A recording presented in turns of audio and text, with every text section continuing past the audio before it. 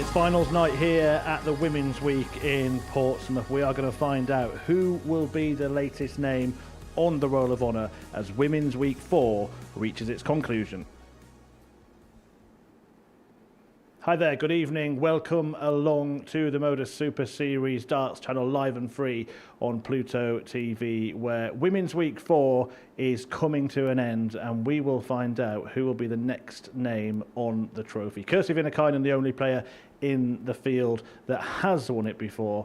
It could be a great honour for somebody else this evening, and it's a great honour to have alongside me Trina Gulliver and Scott Mitchell. Scott, fantastic week, and these Women's Weeks at the Modus Super Series keep throwing up different stories and so far different winners. Yeah, I really enjoy them, and I do like to commentate on them. It's great for the women's game as well to showcase it with the 12 women that come this week. And this week has been a fantastic week. You know, last night going right down to the last dart, and it seems to throw up excitement every time they're here.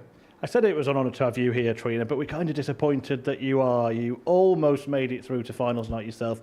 Didn't go your way in the end last night. No, it didn't. It was all on the last game of the evening, and against Laura, and either one of us, whoever won that match, would go through to this evening. Unfortunately, it wasn't me, and there's Laura taking out the double in a minute. Have I got to watch it again? Yeah, we're not going to show all the missed doubles, unfortunately.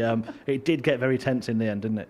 It did indeed, yeah. And it was just, we were so edgy. It was such an edgy game, and we knew what it meant for either of us. And I couldn't manage to hit the double, and Laura did.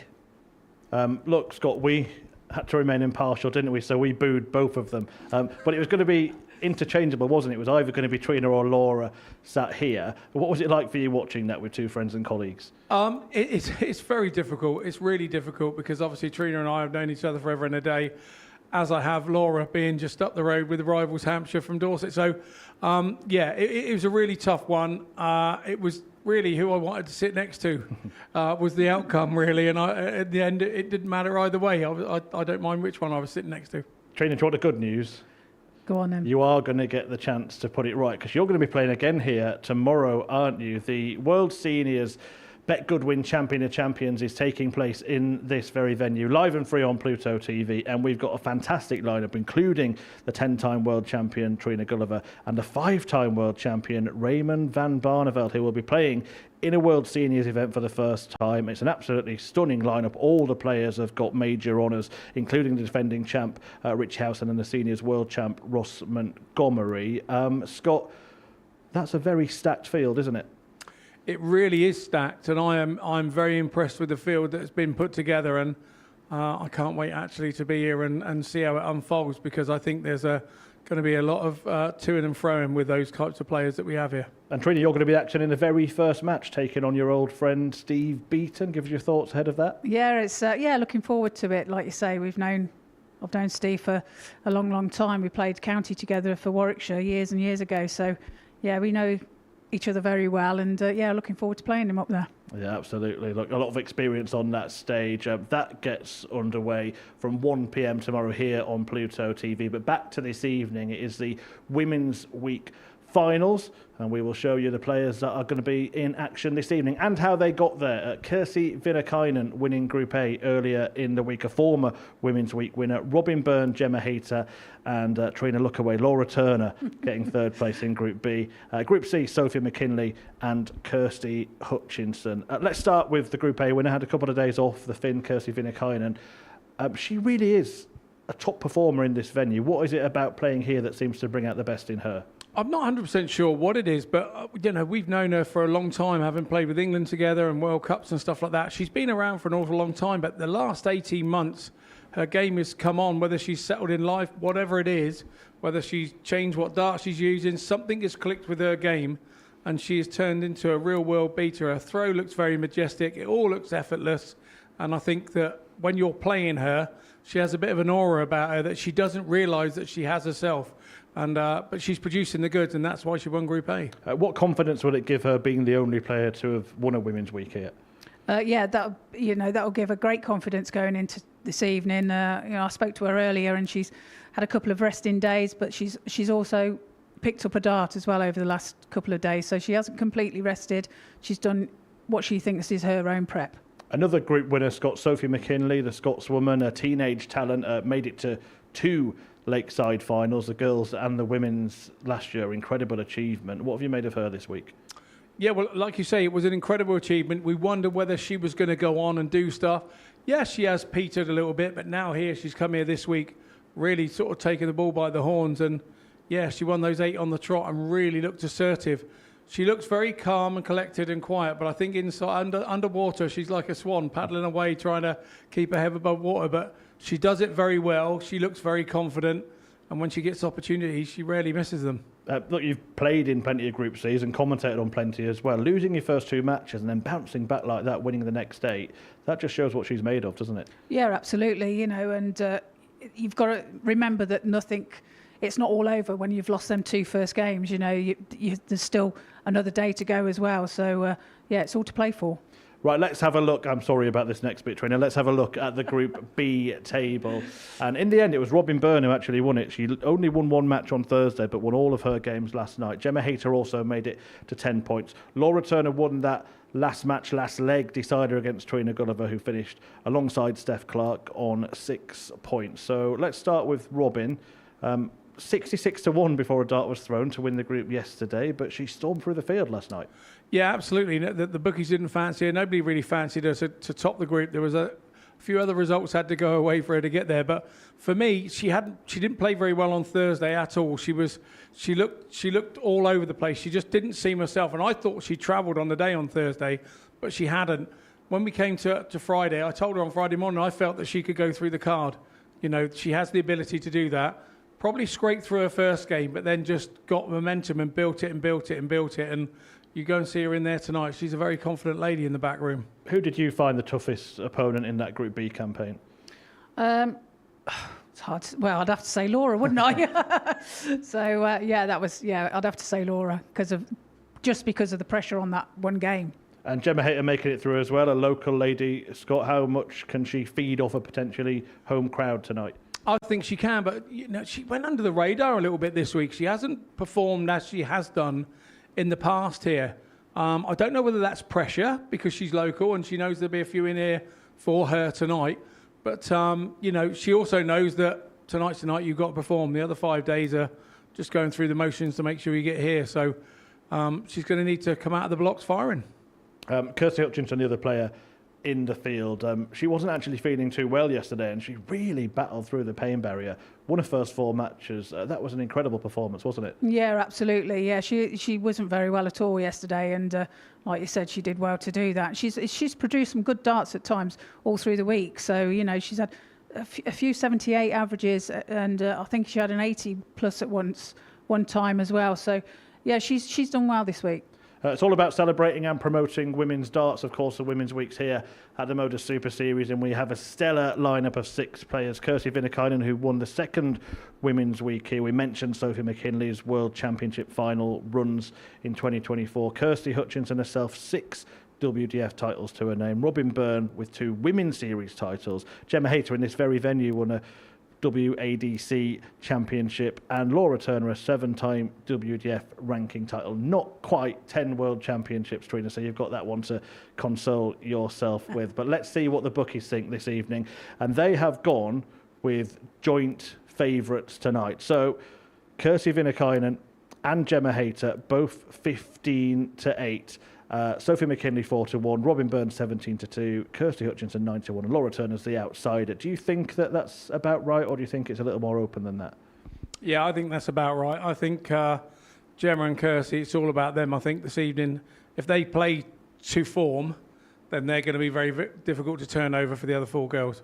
What group is the players are in is going to affect really the odds there, and let's show you who's in what group. Kirsty Vinikainen and Gemma Hayter actually in the same group. So the bookies are really saying that Kirsty Hutchinson's in for a horrible night, really, but she showed some tenacity over the course of the last couple of days. Byrne, Sophie McKinlay and Laura Turner in Group 2. They'll all play each other once. The top 2 will go through to the semi-finals. Do you think it is a tough ask for Kirsty this evening? I think it is, but I think the stat that I have seen is that Kirsty beat Kirsty twice in Group A out of the 3 matches they played. So Kirsty will be feeling fairly confident that she can turn her over. Give us a name then, Trina. Who do you think is going to be lifting the trophy at the end of the night? I think Kirsty Vinikainen. Scott? My heart says Laura Turner, but my head says Gemma Hayter being the local girl. Right, there we go. They've made their predictions. If you are going to have a bet, please gamble responsibly. It's 18 plus, gambleaware.org. The first match is about to get underway, and it's a meeting between the Flying Finn, who won Group A, Kirsty Vinikainen, and former world finalist Kirsty Hutchinson. And I spoke to Kirsty and Kirsty earlier tonight. Kirsty, welcome for the first time to a finals night at Women's Week. How pleased and proud are you to be here? Yeah, I'm very pleased and very proud to be here. Yesterday was a real struggle to even get up on that stage. I came down with illness. There was no preparation going into yesterday, but I think I did enough on Thursday. I just needed to get over the line yesterday. So yeah, very, very glad to be here tonight. Yeah, anyone watching would have seen you sort of struggling physically, but you still went and won 4 matches in a row. How sort of proud were you of yourself yesterday? Yeah, for sure. Yesterday, I was just like, get up there, win as many legs as you can. And yeah, I kind of went 2-0 down or 2-1 down to have to try and bring it back, which was a real struggle in itself. But I managed to get over the line, and I'm really grateful for my performances yesterday. I got up there and I let them go. So yeah, I can only be grateful for that. How are you feeling tonight?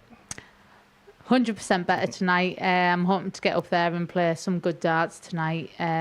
Different day than it was yesterday. So let's just hope they go, and I'll enjoy it nonetheless. It's only your second attempt. You've made it through to the finals this time. How much of an ambition has it been for you to get onto a stage on a Saturday night here? Yeah, definitely. I'm not used to playing in front of a crowd. Haven't done a lot of stage games before, so it's definitely a new experience in itself. But that's why we come here, and that's why we've been invited to try and make tonight. So I'll just get up there, enjoy it, and hope for the best. We're glad you're feeling better. Best of luck. Thank you. Kirsty, welcome back to finals night. The Group A winner this time. How do you feel you played in Group A? How pleased were you with your performances? I think I did play quite good anyway. The Tuesday start was a little bit not that what I was expecting, but overall it was okay. You got there in the end. That gave you 2 days off while everybody else was fighting it out. And what have you done? Have you spent those 2 days?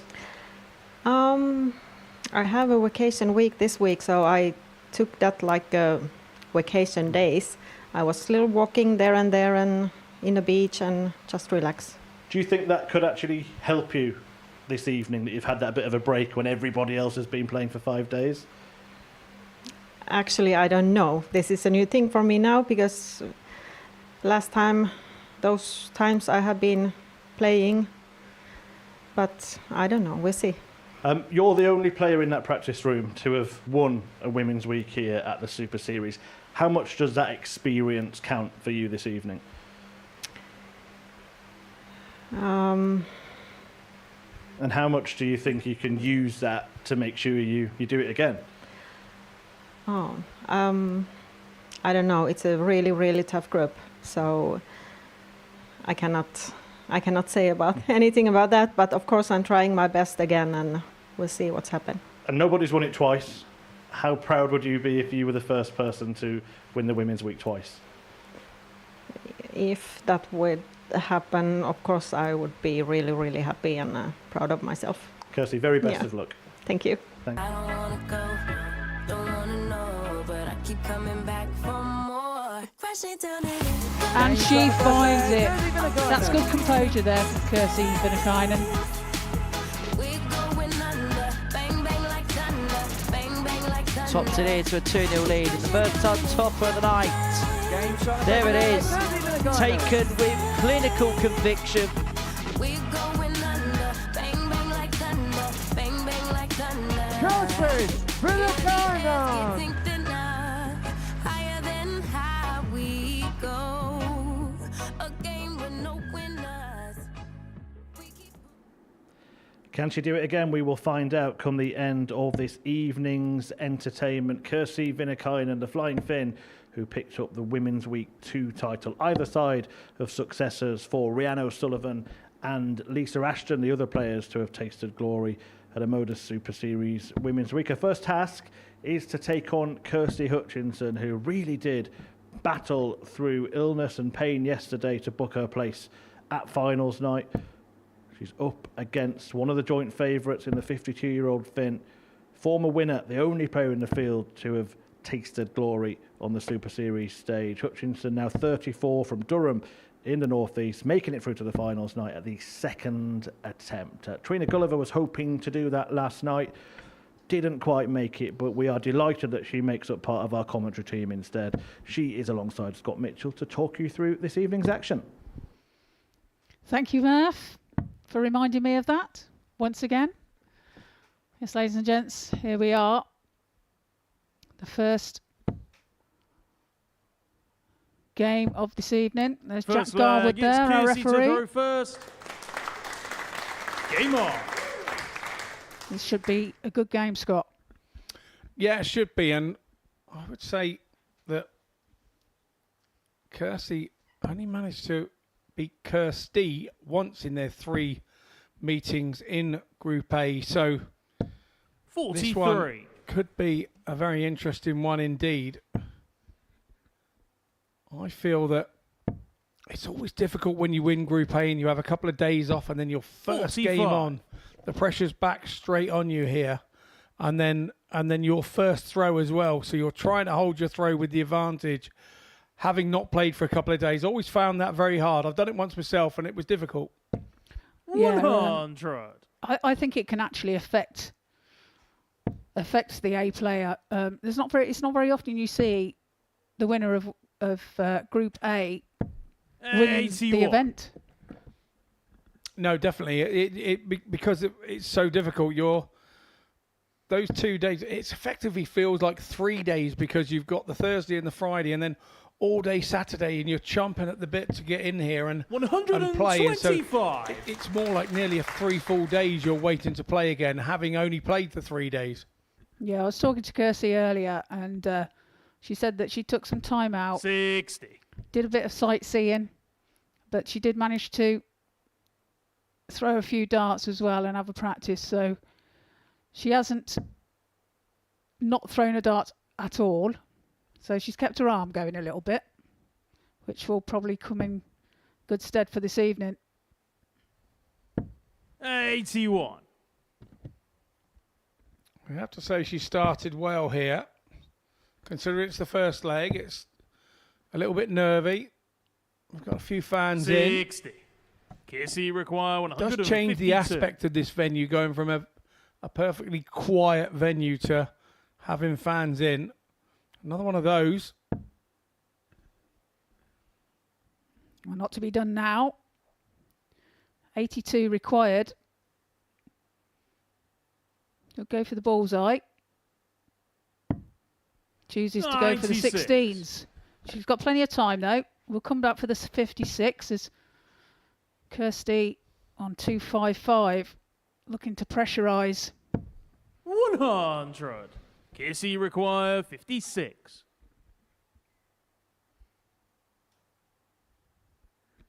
So she's gone 16 route for double top. And it's her finishing, I think, that's improved over the last 18 months. Game And shot right on the first cue, leg. She Kissy doesn't let me Vinikainen. down.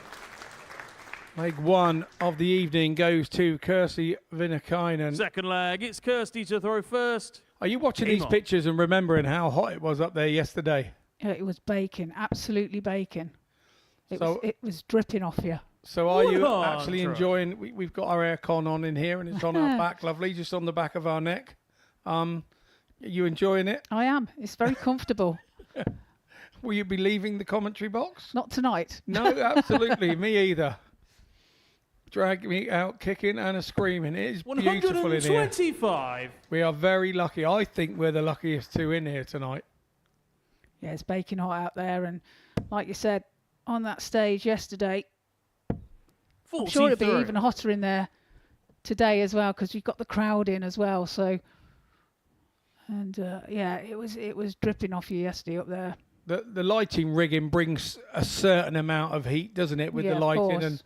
And I remember Dave Hayter was here a couple of weeks ago, and he said it was like you could hear a pin drop, but he said he could hear a fan or an air condition. It was a fan that are on some of the lights to keep the lights cool, to stop them exploding. 100. Yeah, it's very strange. It's a very strange atmosphere to go from total silence to having an audience in. It is, and like with that audience in, the slightest noise that they make, you pick up because you've been used to 85. playing in silence all week. It's a completely, you have to train your mind again to get used to playing in that atmosphere. 100. Well, a nice ton there from Kirsty to leave herself 158 when she returns. Kirsty looking to pressurise the shot. Yeah, she will. She'll want a treble visit here to really. 60. And that's Kirsty three required lovely thrown darts, 158. just didn't find the desired location. So it's 158. Another one of those for Hutchinson. Not quite. So 78, 18s will be the shot. 98. Tidies it up Kirsty nicely. require 131. A chance now for Kirsty. 131 required. Not to be done now. So Kirsty will be back for 60. 51. Kirsty requires 60. To 20 now. Oh, she misses the big 20. So finds the 19 for tops to level the match. 40. Can't find it. There's a chance now for Kirsty Vinikainen require 80. to lead by 2 legs to 0. Yeah, the secret here is making sure you stay straight. You've got to go for the treble, but a little bit half-heartedly to make sure you stay straight. That's a good dart. Now you want to avoid that dart. Well, that's lovely done. Now, super marker for top, surely. 40. Just on the top Kirsty wire. So required Hutchinson 20. returns, and you feel she has to take this. Yeah, double 10. Double 5 then. Surely she can use that dart. 15. And she drops right into the Kirsty 5. So require chance 40. now for Kirsty for tops. And with this only being best of 5 as well, this is very important indeed.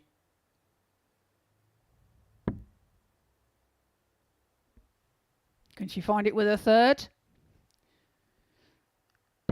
Yes, she James can. on the second leg. And Kirsty that- Vinikainen. There's a break of throw for Kirsty Vinikainen. And she leads this match by 2 legs Third to leg, 0. it's Kirsty to throw first. And it hurts, doesn't it, Trina, when Game you're on. stood there and you know you've had opportunities to be 1-1, and it was 2 good opportunities, and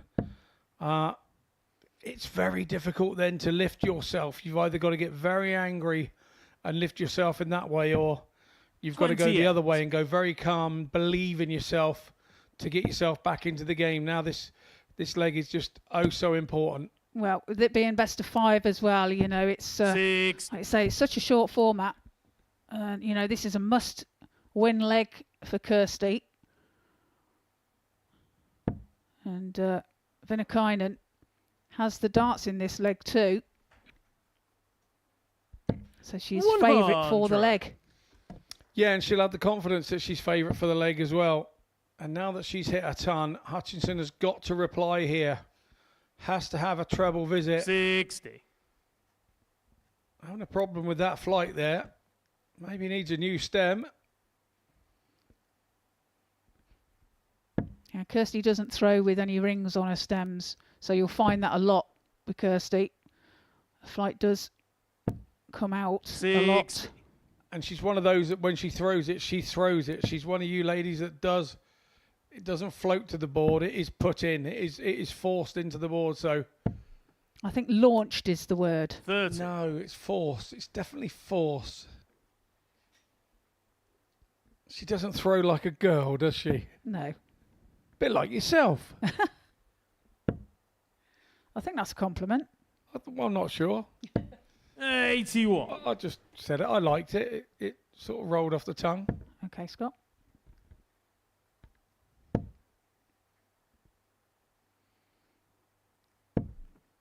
Well, can't find a 43. big treble there. Kirsty. So Kirsty, well in control of this leg.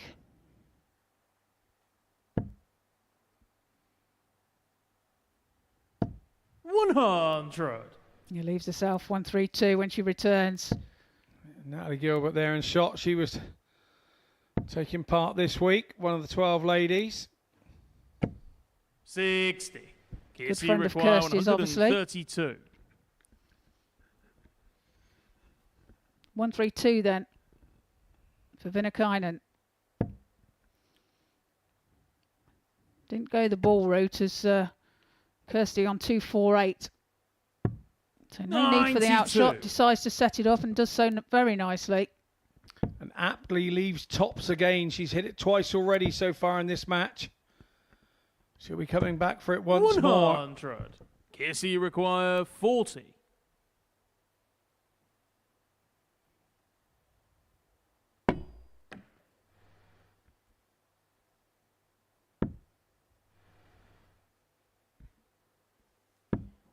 No score. Well, an Kirsty outside chance now then 148. for Kirsty to take out this 1-4-8. Can't be done now. So Kirsty will return for tops for the match. 78. Casey require 40.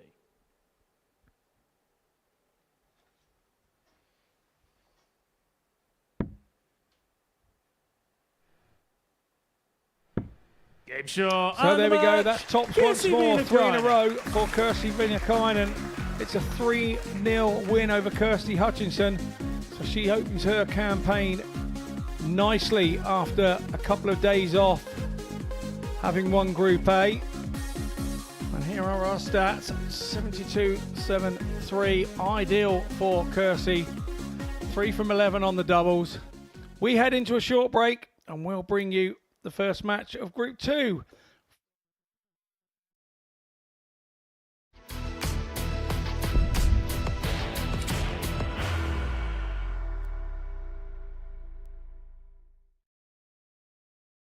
Are you ready to lift that trophy, Darius? Yes. Let's do it then. Ladies and gentlemen, your Modus Super Series 9 champion is Lucky D, Darius Labanauskas!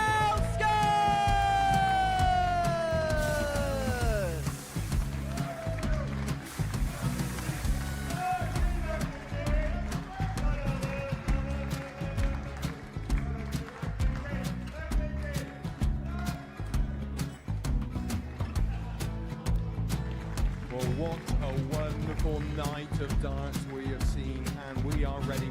Our champion is ready, and it's trophy time. So receive the trophy. £25,000. The new Modus Super Series champion, the Terminator, Marvin Byrne.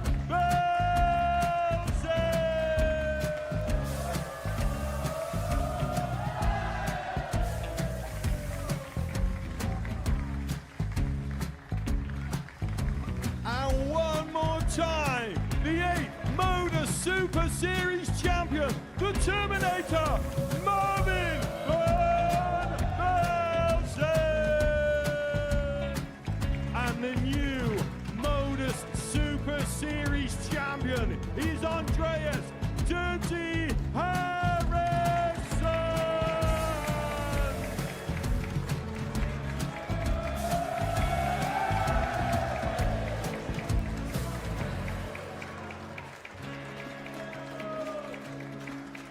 And one more time, the 7th Modus Super Series champion.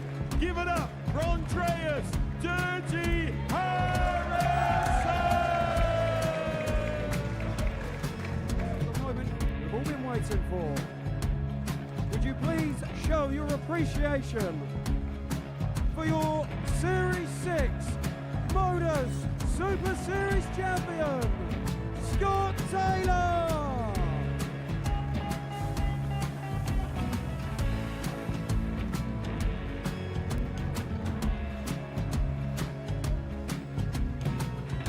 One more time, your new Modus Super Series champion. He is Chucky. He is Jim.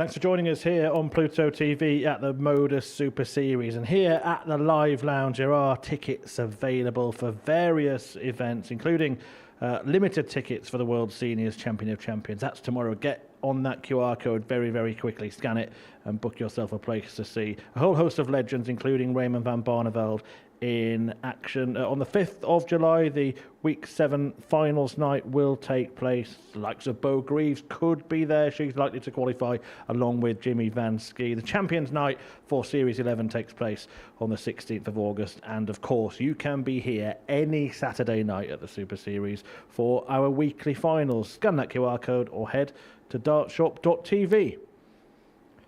Back to this evening. And this is what we saw in the opening match of it. Kirsi Vinikainen, former winner of a Women's Week, a 3-0 victory in our opening match against Kirsty Hutchinson. Robin Byrne is going to take on Laura Turner in the first match of Group 2. That is about to get underway, but before we get them playing, let's hear from both. Robin, finals night here at Women's Week 4. How pleased are you to be here? Yeah, I'm delighted. Come here, after the start I had on Thursday, I didn't expect to be here, so anything that happens from now is a bonus. Winning all your games last night, how much confidence does that give you to bring into this evening? Yeah, it gives you great confidence. Like, to know you've beaten probably half the field that's in there already. You've beaten Laura, you've beaten Gemma. Laura's in my group. It's not too bad. Like, I'm looking forward to it now. Do you feel it's a very, very open finals night field? Yeah, absolutely. I think, like, once you have a women's tournament at the top, you know, yourself, Bow, Fallon, whatever, aren't in, then I do think it's open. But, like, if you look down the rankings, it's only myself and Gemma that's there for the match play or whatever, so I don't see any reason why I can't be one of them this time tonight. Yeah, well, interesting here at the Super Series, though. Bo and Fallon have both played Women's Weeks. Neither have won them. It's been spread out, 3 different winners. What would it mean to you to be the 4th? Yeah, come here. I've been, like, the first Irish woman to do a lot of things in darts, and to be the first Irish woman to win the Women's Week at Modus Super Series would be huge. Like, why not? Like, keep making history. I'm enjoying it. I enjoyed last night a lot more than I did Thursday night. I relaxed. I enjoyed it. I played with a smile on my face instead of giving out to myself, which works. I don't know why I don't do it all the time, because I know it works. But sometimes it's easier said than done. But that's the attitude I'm going to go out with tonight. Just try and get the first game on the board and build on it. And you mentioned last night the focus on that first game seemed to then give you that momentum. How much importance are you putting on that first game tonight? Yeah, huge. And come here, if it doesn't go my way, I'll put huge importance on the second one then. But going into the first game, I'm going to be giving it everything I've got to get the first one on the board, and it stops you chasing then. You're in from the start and you're ahead. They're chasing you then, so I'll play it from there. Good luck and enjoy it. Thank you. Laura, lots of drama at the end of last night. Have you managed to sort of settle down a little bit, and what are your reflections now? Yeah, I felt a little bit of pressure coming in. Obviously, I was top of the table, marginally going into last night. So, yeah, I think just let everything get to me ever so slightly. And they were hard-fought games as well. Like, losing the first 3-3-2, it just started to get a little bit painful. And I actually said beforehand, I really didn't want it to come down to the last game.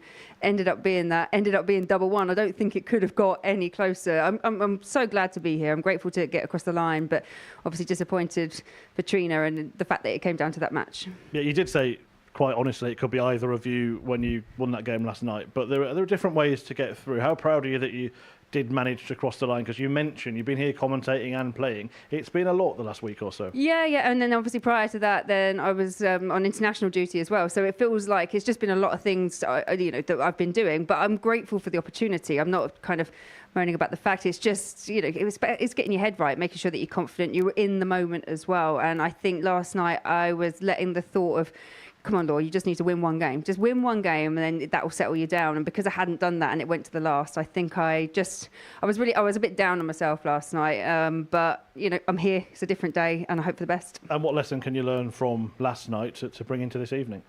Just try and relax. I think I am one of those players that, I have high expectations for myself, but I know that sometimes I felt like I left everything up on the hockey last night, and sometimes I was getting despondent because it just wasn't enough. I was getting pipped at the post every time. So I think tonight, just see how they go.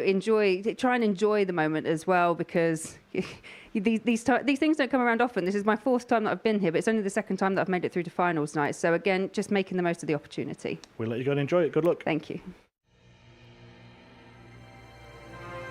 It's going to be a little bit difficult if Laura Turner's doing things like this, like taking out the 113. Turner.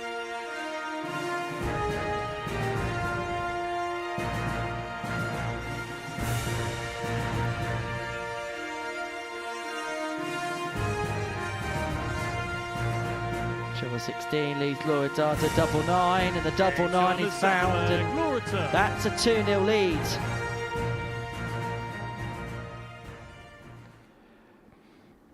Yeah, contrasting campaigns for Laura Turner and Robin Byrne in Group B over the last couple of nights. 3 wins for Laura Turner, top of the table after the opening evening, but then really struggled to finish the job before finally crossing the line in a tense last leg shootout with Trina Gulliver to make it back to a finals night. Robin Byrne, well, she stormed through the field after winning only one match on Thursday, won them all 4 of them on Friday night, and is looking to be the first Irish woman to lift that trophy. Turner did make it to the final in Women's Week 2, beaten by Kirsty Vinikainen, who of course won the opening match in Group 1. This is the first match in Group 2, and Trina and Scott will guide you through the action. Yeah, thanks, Murph. It's an intriguing contest, this one. They both met each other in Group B, and the result on head-to-head is 1 apiece over the last couple of days. Laura winning on Thursday night, and Robin winning First leg, it's last Robin night to throw first. Incredible Game 4 out on. of 4 on the evening. And that's what's kind of got her one of the group and got her here with a bit of confidence, I feel, 40. Trina. Yeah, indeed. Like you say, they'll both be wanting to get off to a good start here. Both 81. played some good stuff yesterday. I can say that Laura's still my friend. I don't know whether she's still yours after 43. last night, but Of course she is. A little bit less like, but you know.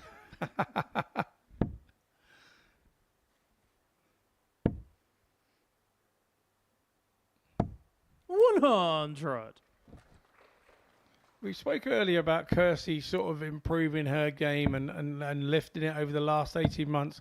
I think we can say something 134. similar about Laura, to be fair, in the last couple of years. She's always been good, I mean, there and thereabouts, but there's just something happened, hasn't there, in the last 18 months, 2 years, and whether it's the commentary side of things, and then she comes and play in 60. and it puts it all in perspective, I don't know, but something's changed about her game, and she's really consistent and really more solid than she's ever been before. Yeah, I think you're right there. And, 60. I mean, she has got a lot of experience. You know, remember she was an England youth player some years ago. Not saying you're old, Laura. 95. But yeah, and now she's progressed into the senior side. Like say, just come back from Wales. 82. the international for the Six Nations, sorry. And winning the singles title there. So she's in good form. And you've kind of been there when you're winning other 53. things with other Robin, you players and require like the England 142. stuff, and she managed to win the sort of ladies charity singles, which is held on the Friday now on the Six Nations. So she's a ladies Six Nations singles winner.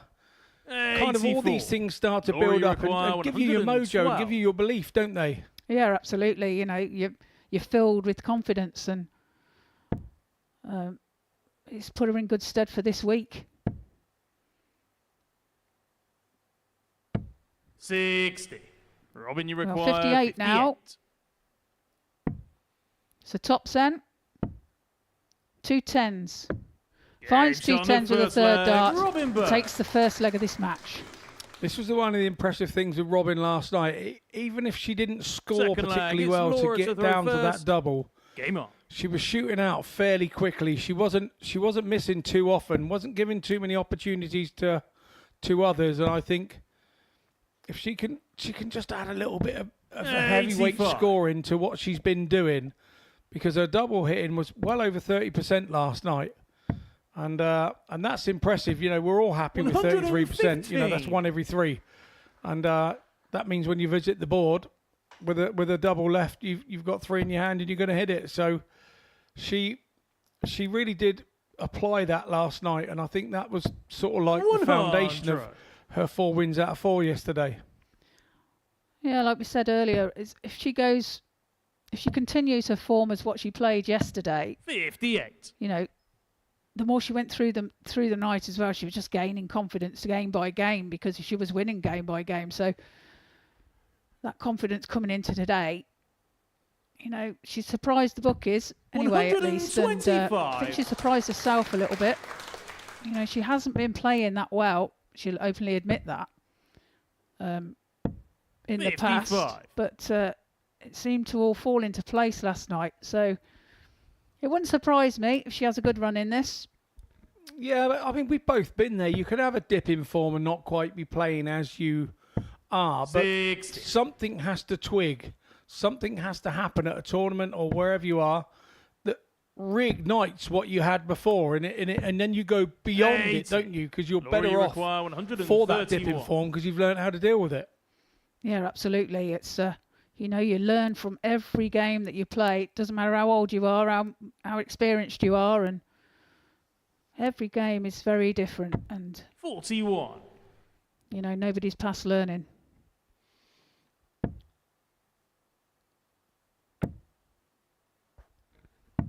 $99. Laura, you require 90. So 90 now for Laura.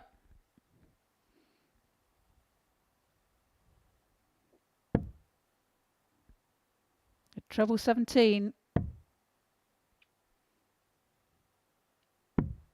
Finds the double 80. Laura Turner. Pins the 90 out shot. Levels the match, one apiece. And those sort of shots give you confidence, don't they? You've hit the treble one with your first start and kind of got yourself into the mire, and then with your next two, you've managed to get yourself out of it. And that's very confident building for any player. Yeah, absolutely. So, you know, it's making their mistakes and being able to put it right. Yeah, it gives you massive confidence and puts 100. her in a good frame of mind going into this leg.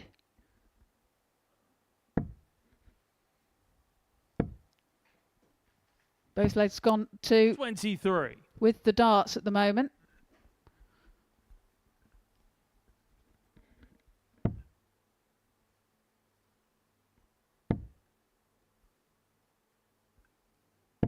$85. Finds the treble 20 with the last dart.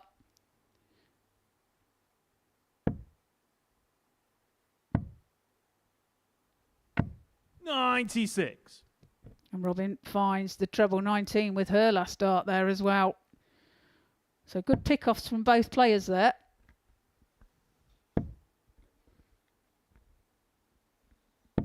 $81.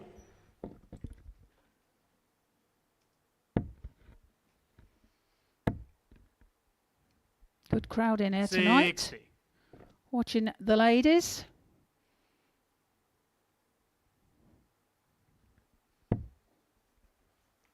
Yeah, indeed.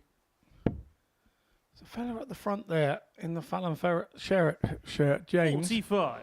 He's fanning himself there in the background. Ideal. He's a big quizzer. Has been on many quiz shows on TV. I recognise him now. Yeah. He headed a kind of like a darts, I think, base team. There he is. Give us a wave. He's doing the goldfish for us. Yeah, he's one of the markers on the PDC sort of challenge tour and 95. pro tour. Robin, So you he require volunteer marks. 124. And yeah, but he's a big quizzer and he's been on many quiz shows and he was on Eggheads, I think, and Duzzer was with him and what have you. 90. So nice to see him in Laura, you here this require evening, 95. taking in a bit of the ladies' darts.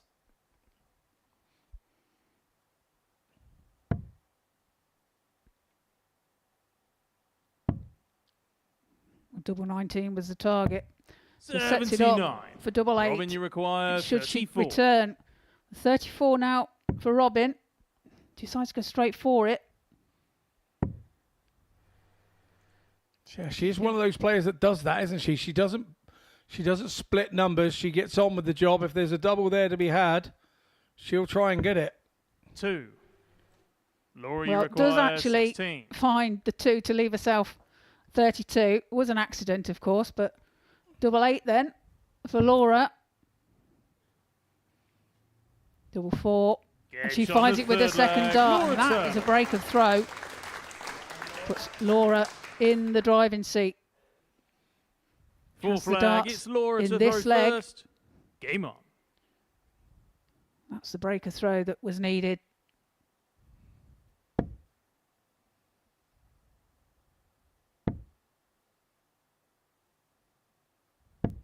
$83. I know Laura's stinky trainers. She has got smelly trainers.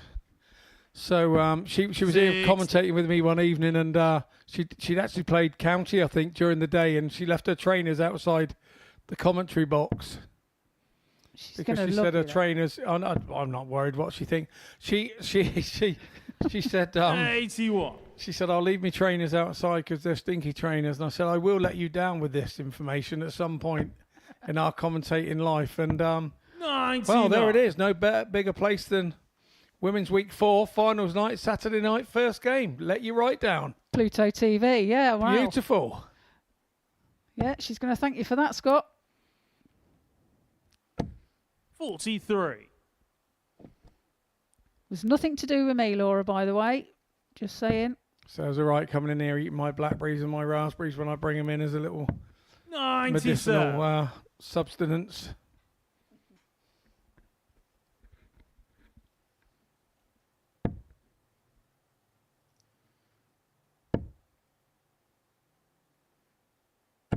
$100.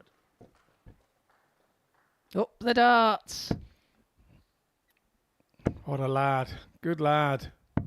137.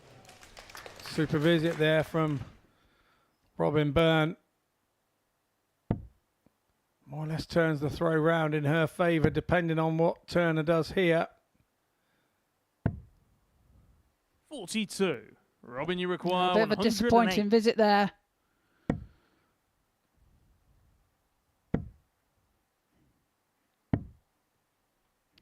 $86.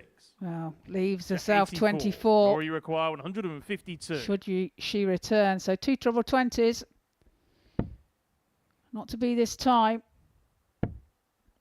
So a chance now for Robin to break the 45. throw Robin, you require 24. and take us to a deciding leg. 12. Double 6 can't be Laura, found. you So a chance require now for Laura to 107. take out 107. Well, she took out 90 in the previous leg, didn't she? So 107, well within the repertoire. Not now. Really should start treble 19 on 107. 41. Robin, you require If you hit 12. either side, a 3 or a 7, still leaves you an option. No score. Laura, you require 66. Well, a chance now for Laura to put this 66 to bed.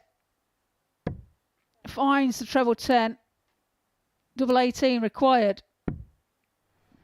Double 9 then.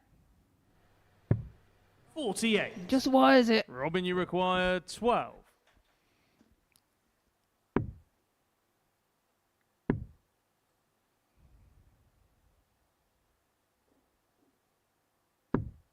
Game shot on the fourth She leg. hits it eventually. Robin Byrne. One of those cases, you give me enough goes at it, I'll get it. And I think that was the Fifth example and there. final leg. It's Robin to throw You first. see she's feeling the heat Game there, on. but she's now got the throw again. Yeah, Laura will be kicking herself there because she had the opportunity there to take that 61. match. A 3-1. She had the darts in that leg as well, but now she's throwing against the darts.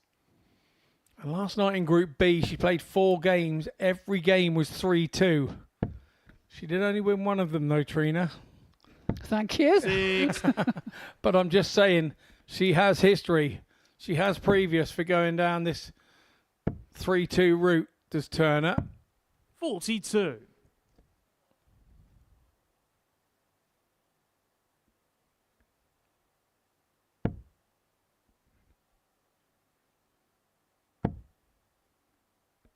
That's a good dart, that second dart. 100. Sneaks it in the treble 20 on the right-hand side. 137. And that's a good reply. Yeah, super reply. And exactly what you need to do when you have throw, particularly in this situation. You need a couple trebles on a couple of those visits if you're going to get there first. 40. And it pressures your opponent exactly like it has done Laura there. Yeah, and Robin coming back. 100. Putting more pressure on. Leaves herself 161. And with each turn of Robin Byrne, it's making the score from Turner need to be bigger and bigger just to bring the game back 45. level. Robin, And that adds pressure to the situation. The shot not on now, but she will be back. 43. As Laura looks to pressurise the 118 required by Robin when she returns. 81. Robin, you Treble require still doesn't leave her a 118. shot.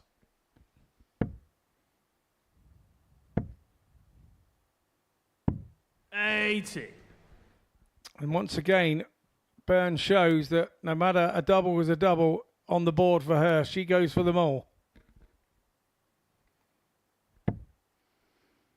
Depending on where Laura hits here, will she split it or will she Robin, not? you I don't think she require will. I think 38. she goes for it. Looks like it. Oh, takes a deflection. Has to move across the hockey No score. and can't find Laura, it. you require 115. A chance for Laura to take out this 115. Wry smile on the face from Byrne, but she knows that it was a good opportunity, but you have to get the dart straight. 47. Hit the Robin, big you numbers, as require they say. 38. A 38 for Robin for the Big match, shot and the she match. takes it. Robin Byrne. A 3-2 victory there for Robin Byrne against Laura Turner. Gets her off to a good start. 68.62 average for Robin and a 70.31 for Laura. As we come back after the break, we have Gemma Hayter and Kirsty Vinikainen.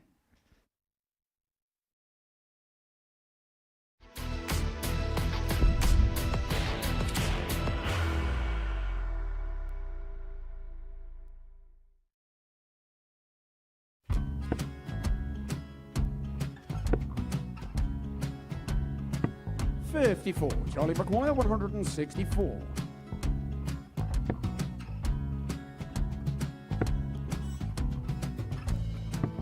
$44.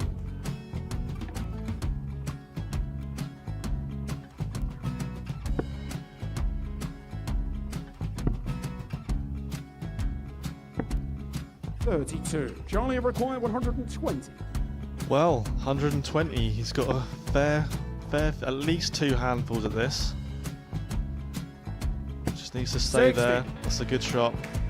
Halves his score. Leaves himself on a 2-darter.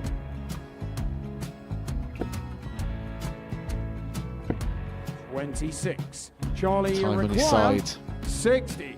to become back-to-back singles champion.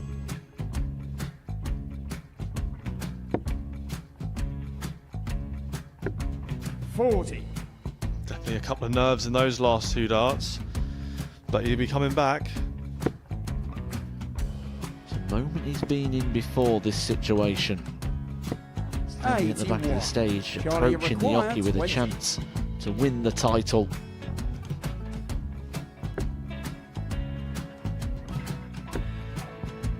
He did this to win the first title, if you remember. 11. I think he's gone. Georgia I think require he's gone to 180. bust it, maybe. The first title he won, he wanted 20. He went 6-7-7 to win it.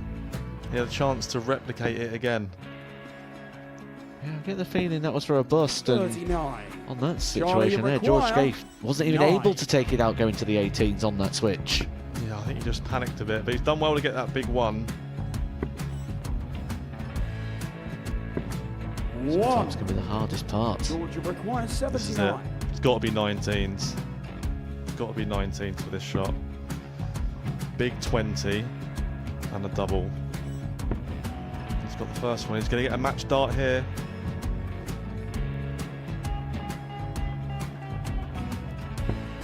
$59. Charlie, Threw the entire require body into that 8. one. Just didn't want to let go of the dart.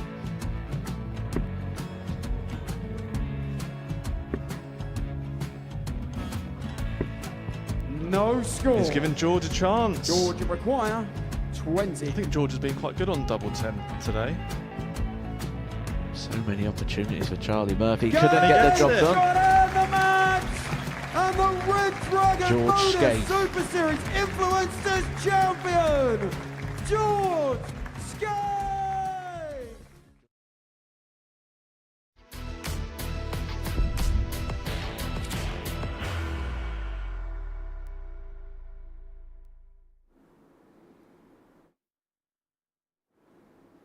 Welcome back to the Modus Super Series, where we have the finals night of Women's Week 4, and we're going to go back to Group 1 now. Gemma Hayter taking on Kirsty Hutchinson. Hutchinson went down 3-0 to Kirsty Vinikainen in the opening match of the night, meaning she is going to need a victory to keep her hopes alive here. As for Gemma Hayter, this is her first appearance of the evening, and I spoke to her earlier on. Gemma, once again here at a finals night on a Women's Week, how would you assess your performance this week? I think I've been all right. I feel like I've had a problem with my throw for the week. I get a lot of loose starts, and I mentioned in the interview that we did with Henry, I feel like I've kind of dipped a bit in form, so trying not to let that bother me too much. How important was it for you to regroup after not making it through Group A this time around? Not too bad, I think, because I felt like I performed all right. It was just my downfall was obviously not beating Kirsty for the week. And then when I finally beat Laura Friday night, I thought, right, I've kind of ended that curse, and then I lost the next two. So, yeah, it was a bit of swings and roundabouts. Yeah, there was a bit of drama in that group last night. How relieved were you in the end to make sure you made it? Very. I've always said that I struggle playing my friends. Obviously, the last one was against Steph. And she was, I mean, at one point she was taking everything out. So, yeah, it was really important that I finished my doubles quickly and, yeah, managed to do that. We've had 3 different Women's Weeks, 3 different winners. What would it mean to you to be the 4th name on that Roll of Honour? Yeah, it would mean a lot. Obviously, I'm from Gosport, so there's quite a few people that come out and support me. So, yeah, it'd be huge. And the timing of this with the Women's World Match Play just around the corner, how key could this week prove to be for you? Yeah, it's really good practice. It's really good match practice. I've heard it's hot on the Winter Garden stage, so I think that's good. Yeah, good preparation for that with the heat today. I'll let you go and prepare for tonight. Good luck. Thank you very much. To enter fairy tale year of return with a title, double 4. Game's on. The golden Gemma Hayter. Game shot on the third leg, Gemma Hayter.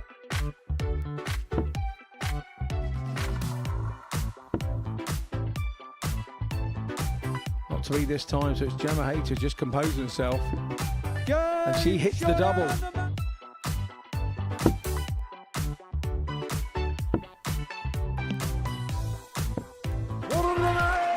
Great shot there. ADC Windmill Championship Tour winner, Gemma Hayter!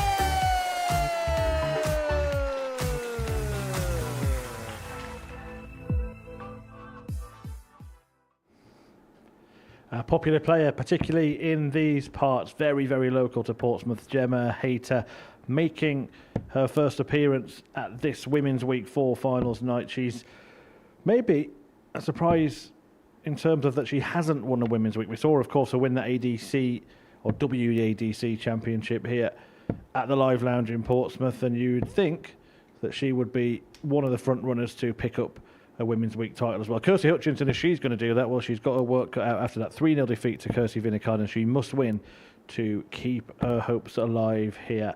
But Gemma looking for that first title at a Women's Week ahead of course, the debut at the Women's World Match Play, and it is her first match tonight. And if she wins it, then she will go through with a game to spare. So there you see, Gemma Hayter qualifies with a win. And Kirsty Vinikainen would go with her as well, of course. Any defeat for First Kirsty leg, Hutchinson, it's Kirsty to she throw first. will be out. So it's Game game on. Jack Garwood, the referee, Trina Gulliver and Scott Mitchell will talk you through it. Yeah, thanks, Murph. Yeah, plainly straightforward. Kirsty Hutchinson needs to win the game, probably 3-0 to give herself any chance of going through.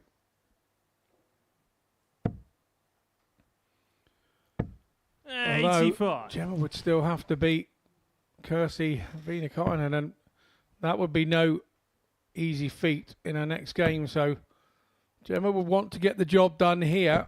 100. Yeah, Gemma hasn't won against Kirsty Vinikainen this week so far. 125. Results being 3-2, 3-2 and 3-1, all in Kirsty's favour.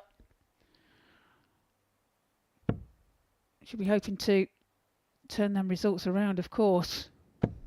55. Yeah, Kirsty Hutchinson hasn't beat Gemma this week either. The Group A head-to-heads were 3-0 in favour of Gemma, so it's a tall order that Hutchinson is asking of herself here. But we know she's more than capable. 60.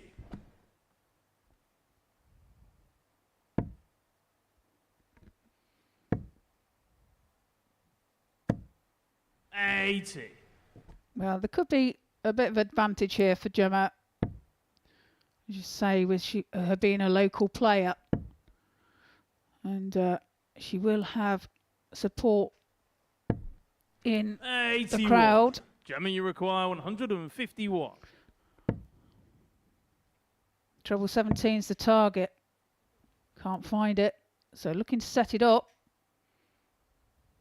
Kirsty coming back for the same number. Kirsty require 151. Yeah, Gosport in relation to Portsmouth, you can probably stand down by the Spinnaker Tower at Portsmouth and catapult a stone right across the water to Portsmouth. But to get here, it's a 20 minutes drive around the water, around the outside to come back down. So Gemma, you require 28.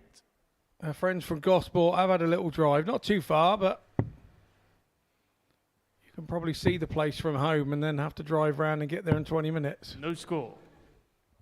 Kirsty, you require 125. Well, she should start on the ball here on 125. And does. Treble 20 for double top.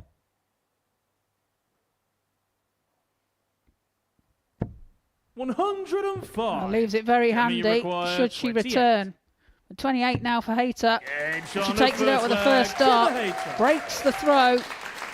And there you can hear the crowd in the background with the support there for Gemma. Second leg, it's Gemma to throw first. Game on. With it being so warm in here this evening, I'm sure there's plenty of sustenance going down to 100.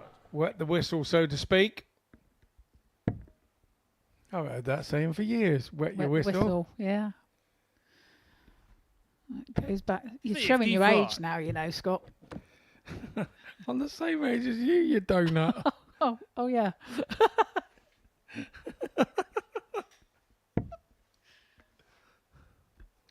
Forget that. Forget what I said. Yeah. 108. Great maximum there from Gemma Hayter. The 180 cards come out. Don't you worry, it's those 10 world titles that weigh you down. That's what it is. 60. It's still on your mind, aren't they? Love it.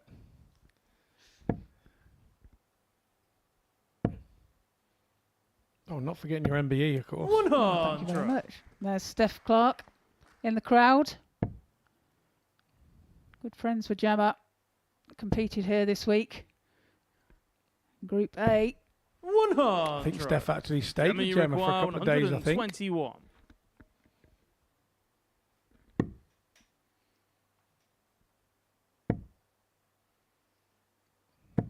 65.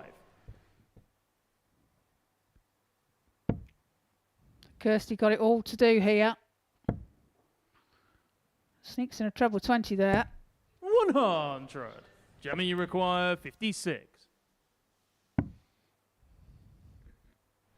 Tops then. Game Finds shot in it the with the second second leg. dart. Gemma Hayter. Goes into a 2-leg lead. Adam Lipscomb there. Third leg, it's Tall Kirsty card to throw holder. first. Game Local on. fella here to support Gemma. That was a 14 dart leg from Gemma. He'd have been impressed with that.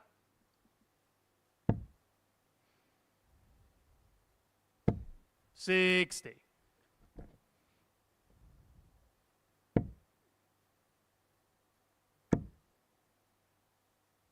19 and 14 darters 140. from Gemma in this match.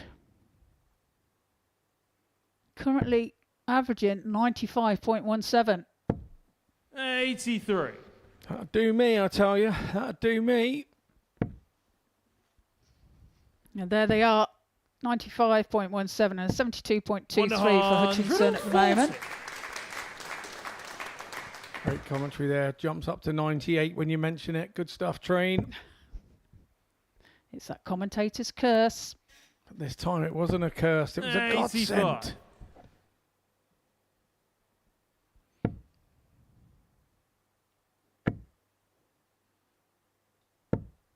100.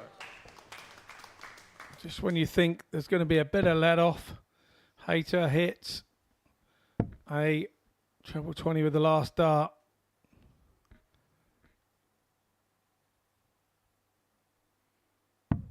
$99. Gemma, you require 121. So 1-2-1 for Gemma. It's the bullseye, so 71 left. Double 16 for the match. 89. Good stuff there from Hayter. She does return, but how much pressure will she be under? I'm going to say a fair amount. 134. Beautiful 134 from Gemma, Kirsty you require Hutchinson, but that 32. could be her last darts of Women's Week.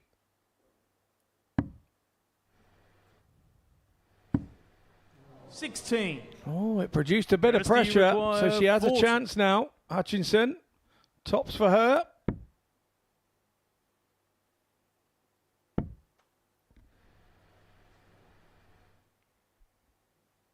Oh, disappointing dart there for Kirsty. Roll a 20. smile to Gemma, herself. you require 16. A chance now for Hayter. 2 4s. Game shot. Finds it with a third dart. Gemma Hayter. Takes the match by 3 legs to 0. And that is Kirsty Hutchinson out of the competition.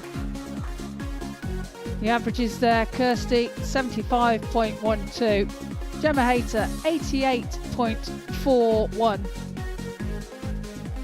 One maximum from Gemma. And coming up next, we have Laura Turner and Sophie McKinlay.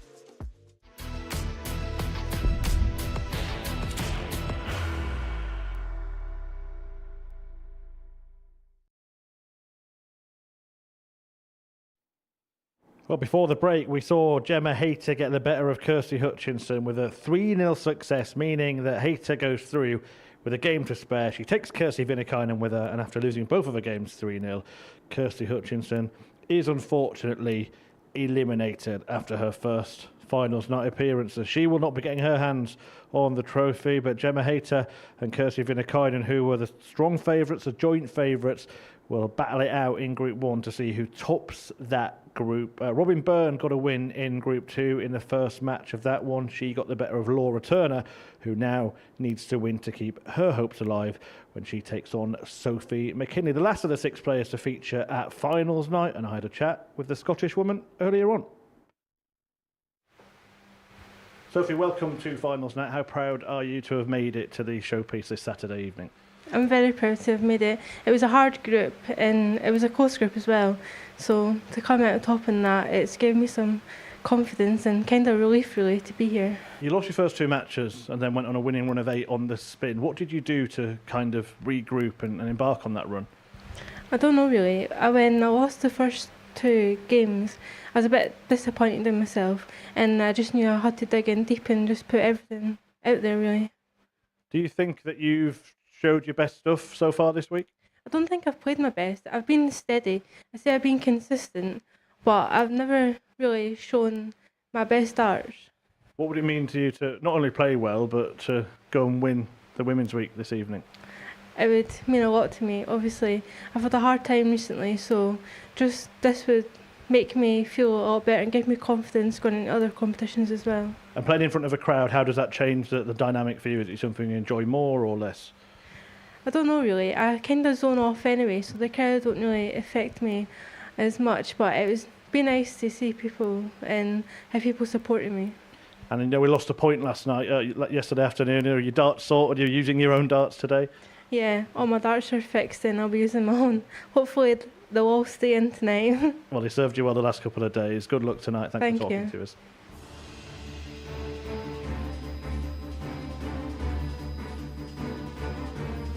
Look at it, tops again. Pins it again.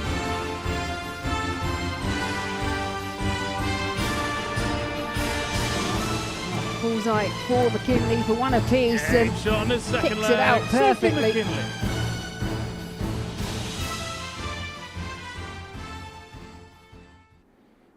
Yeah, and Sophie McKinlay comes into this finals now on a brilliant run of 8 successive victories. That after losing her first couple of matches in Group C. She bounced back and won all of the rest. She takes on Laura Turner here, and Laura, she needs to win to keep her hopes alive, but can guarantee qualification with a 3-0 or 3-1 victory against Sophie in this one. If she wins 3-2, then the only way that she could go home would be by virtue of a 9-dart shootout, and was teasing Laura Turner earlier in the week about the prospect of playing a 9-dart shootout on the Super Series stage. Made it, of course, to the final of Women's Week 2, but it's another 3-2 defeat. They plagued her, didn't they, in that Group B campaign that's put her in this position. As for her opponent, just 18 years of age on that brilliant run I mentioned, 8 straight wins, the Sterling Slinger, playing for the second time at the Super Series, but making it to finals night for the first time. Another pivotal contest then in the group stages, this time in Group 2. And Sophie McKinlay, well, because of that early defeat for Laura Turner, if she wins this game, she will qualify with a match to spare. Victory will send Laura Turner home and therefore send Robin Byrne through as well. First Back leg, to Tweedledee and it's Scott. Laura to throw first. Yeah, thanks, Chris. I mean, how remarkable was that from Sophie McKinlay to achieve that at Lakeside, to make the girls' final and the ladies' final in the same year? Yeah, it's phenomenal. I can't even say it. It's a very good achievement. 104. It was phenomenal. Yeah, it was a very good effort. Phenomenal. That's the word. And it's great to see that 58. You know, that all the talk has been about Fallon came through and then Bo came through, and now we're talking about Sophie and as being one of the young guns as well in the ladies' game. It's so good, and you know, where's the next one coming? Is it going to be Paige Paul, and is it going to be you know, that there are girls out there now playing because of all of you guys in the past, and it's great to see that they're now coming through and competing with you all and competing well.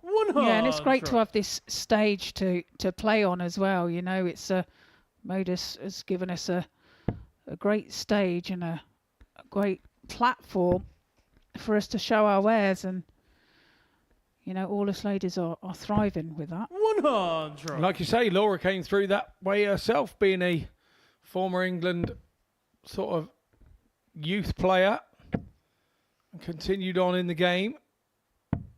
59.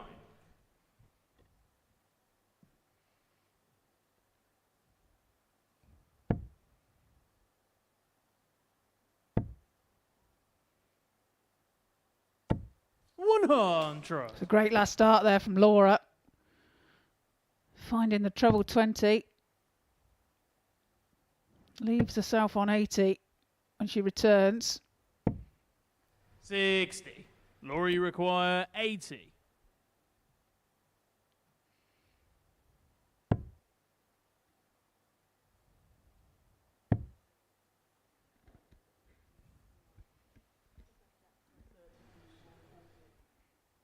.48 required. Yeah, she's allowed to ask what's left. She can't ask what she scored.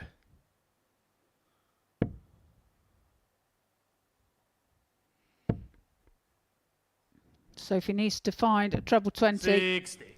Laura, you require 40. But can't. Does leave herself 164. But Laura now for double 10 for the first leg of this match. 30. Sophie, you Not to require be. 164. So a chance for Sophie, 164. Well, we know the biggest shot of the week was 161. Not sure who got that, Trina. Me. Thought I had to give a mention. 96. We have to give you a little bit Laura, of a you ribbon over require every time 10. Laura comes to the board. But yes, super shot that was as well.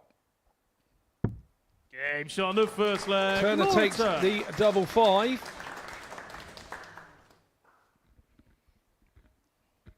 Second leg, it's Sophie to throw Yeah, first. moves into Game on. a one-leg lead.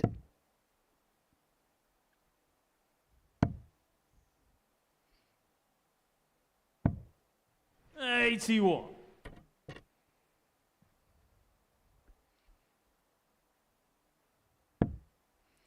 Sophie's mum is here somewhere in the crowd,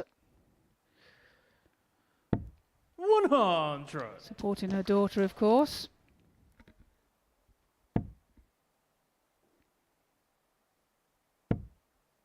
And then coming from Wales, Scott, 100. from the Six Nations. Yeah, came straight across. That's with Laura. Laura's been away since like last Thursday, a week ago on Thursday. And when you are at the top end of the game, there is a lot of travel to be had. There is a lot of time away, and it's not always easy. And you could understand if the girls were feeling tired at this point. 45. Absolutely. Yeah, time management can play a massive part in darts. Well, you'd know more about that, probably more than any of us. Yeah, it's 55. it can be. You're living out of a suitcase, basically.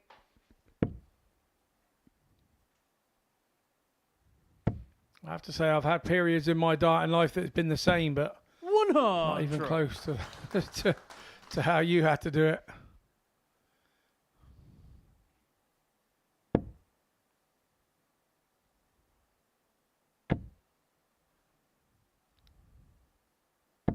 $60. You felt Turner needed a treble 20, and there is Ross Montgomery.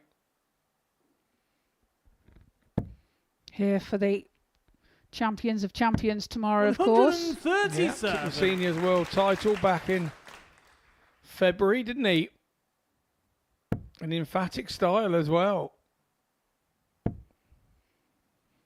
have to say, I probably think Ross deserves a world title of some 100. sort.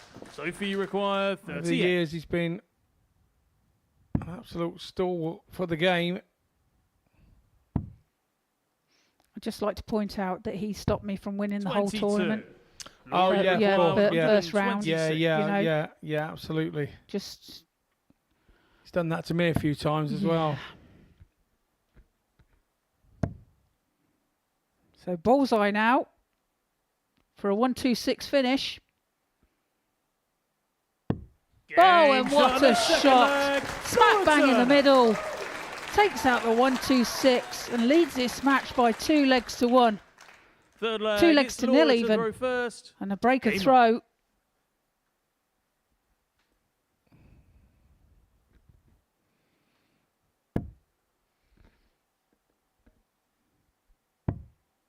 So a reminder here, if Laura wins 3-0 or 3-1, she will qualify.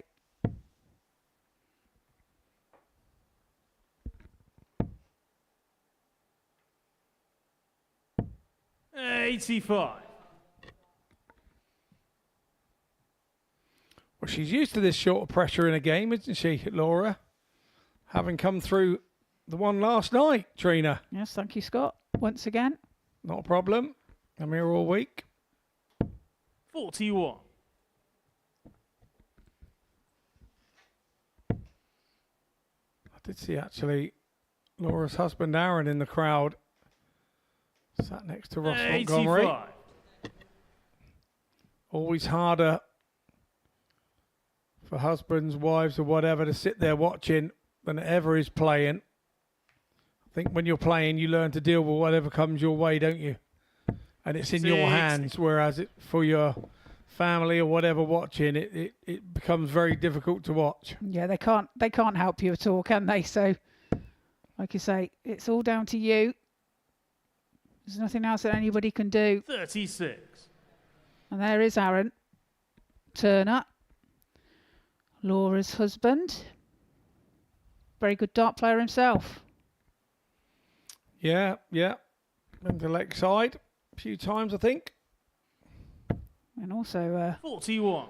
Started playing for England in the youth days. And he is here next week. In the Super Series. Yeah, I did see he was in the lineup for next week. We've got an awful lot of darts before then, though. We've got to finish this night off. We've got Champion of Champions tomorrow.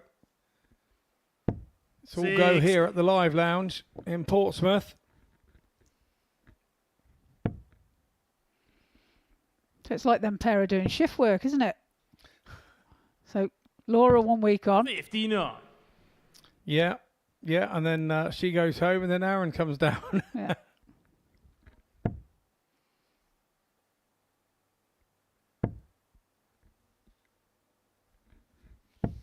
$45. I find on those weeks that you're away a lot, as long as you've got a picture of yourself up at home so that the kids can remember what you look like, it comes dead handy.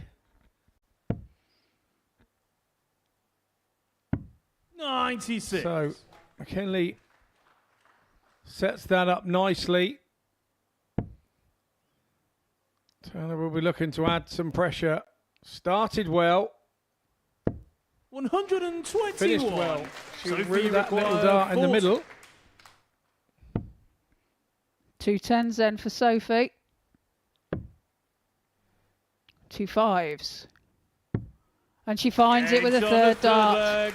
Gets a leg on the board. That is a break of throw. Full flag. It's Sophie to as throw well. first. So game on.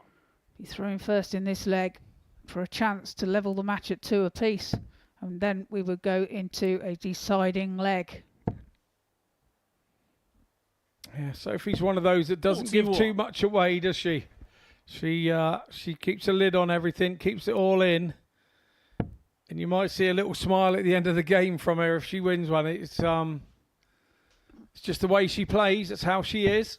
Yeah, it doesn't show much emotion, which is a good thing, because you can't read her. If your opponent can't read the player, then it's hard to know 95. whether your opponent is flustered or not. And that can give you confidence if you see that.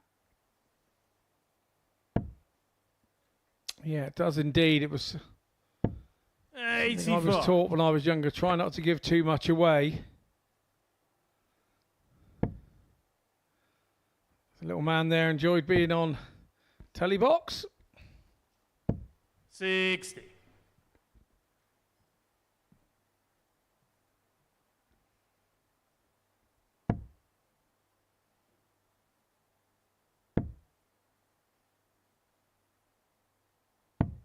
$59.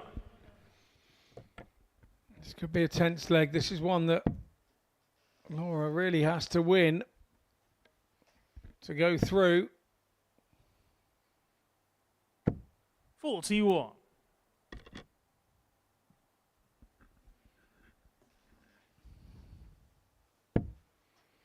Those two legs, even though she lost her first match, Turner, those two legs stand her in good stead. 100. However, it's not over for Sophie. If Sophie wins this match, then she will qualify over Laura. Any 3-0 or 3-1 victory for Laura.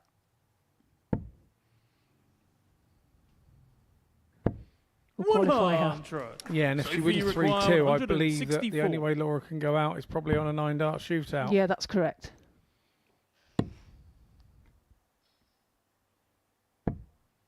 $45. Laura, you require 97. So 97 for Laura. Treble 19 the target. Treble 18 finds it. Double 12 then for the match. 73. Just wires it. Sophie, you require 119. Does indeed. Couldn't get any closer. If she had fatter points, that would have been in. Treble 20 for tops now for McKinlay. Not going to go, so she's going to try and 59. set this up to pressure this shot of 24 for Turner.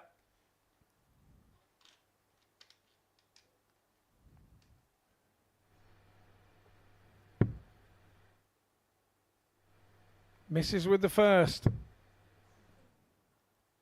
Misses with the second. Double 3 coming in. 21. And now has left 3. And Sophie, you require 60. I think the scratch of the head from Aaron Turner tells you exactly what he thought of that.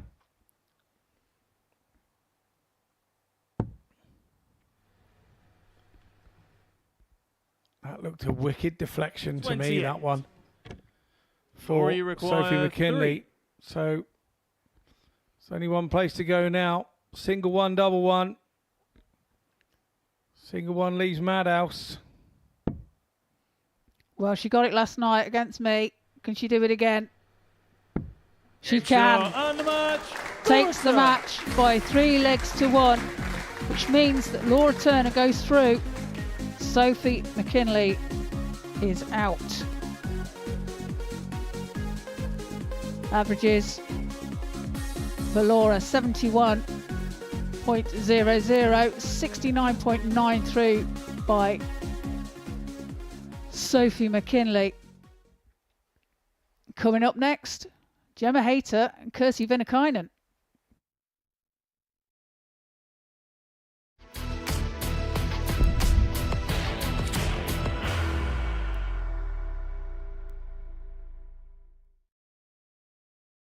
Are you ready to lift that trophy, Darius?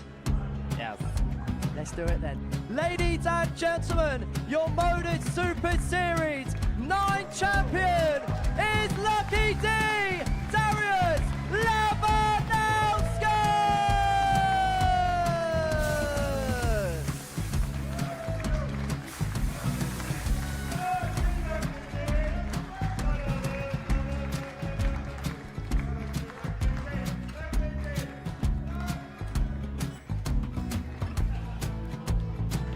Well, what a wonderful night of darts we have seen, and we are ready.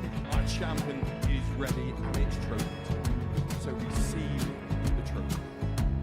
£25,000. The new Modus Super Series champion, the Terminator, Marvin Byrne Belze.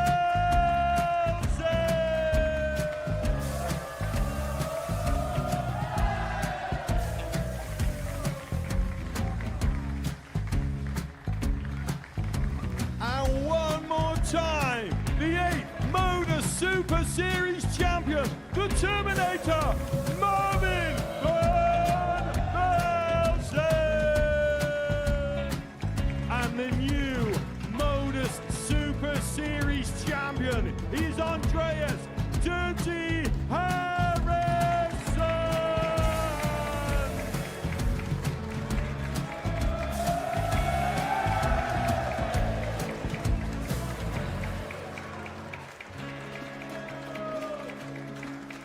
And one more time, the 7th Modus Super Series champion.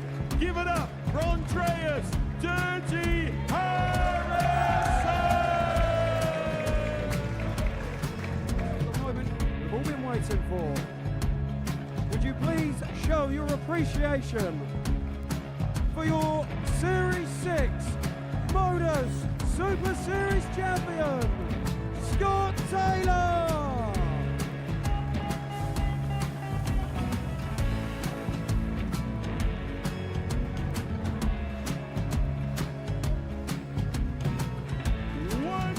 Time, your new Modus Super Series champion. He is Chucky. He is Jim McKinlay. Ladies and gentlemen, your Modus Super Series champion, retaining his title, the Nuke, Luke Littler.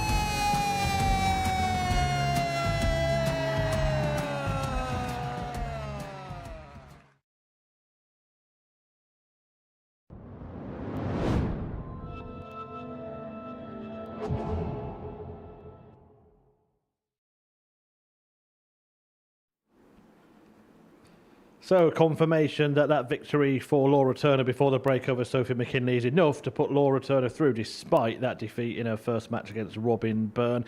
A bit more simple in Group 1, that win for Kirsty Vinikainen 3-0 over Kirsty Hutchinson. The same scoreline achieved by Gemma Hayter, meaning Hutchinson is out. They're both through, and the winner of their final Group 1 game will win the group. But Sophie McKinlay is going to need a 3-0 or 3-1 win against Robin Byrne. Robin Byrne can afford to lose that match. 3-2. Trina's alongside me. Trina, Laura getting over the line there before the break. We saw some tension at the end. You want to finish of 3. How much do you have to do to hold yourself together and keep those nerves at bay? It's very difficult. It's easier said than done, obviously. And yeah, she did just that. But that double one was favourite for her last night, and it was favoured for her tonight as well. Yeah, what have you made of the evening so far?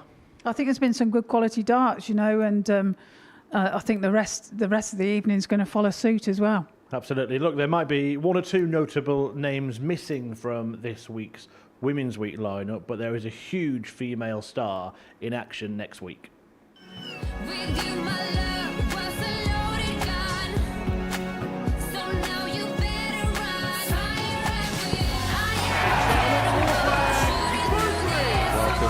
To the party in Pompey.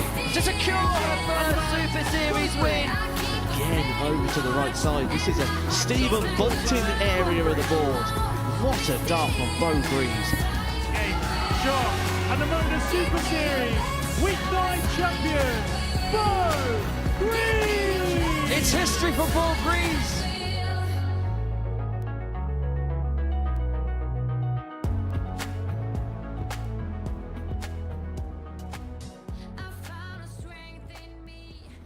An absolute superstar of the sport is going to be back on the Modus Super Series stage, and all of those honours at such a young age. Trina, look, you're one to talk about legacy in darts, and Bo Greaves is already building her own, isn't she? Yeah, she's a cut above the rest at the moment, and yeah, she's got a great career ahead of her. I mean, look at that. She's still so young, and look at the titles that she's won there. It's just phenomenal. 38 on the Women's Series is incredible.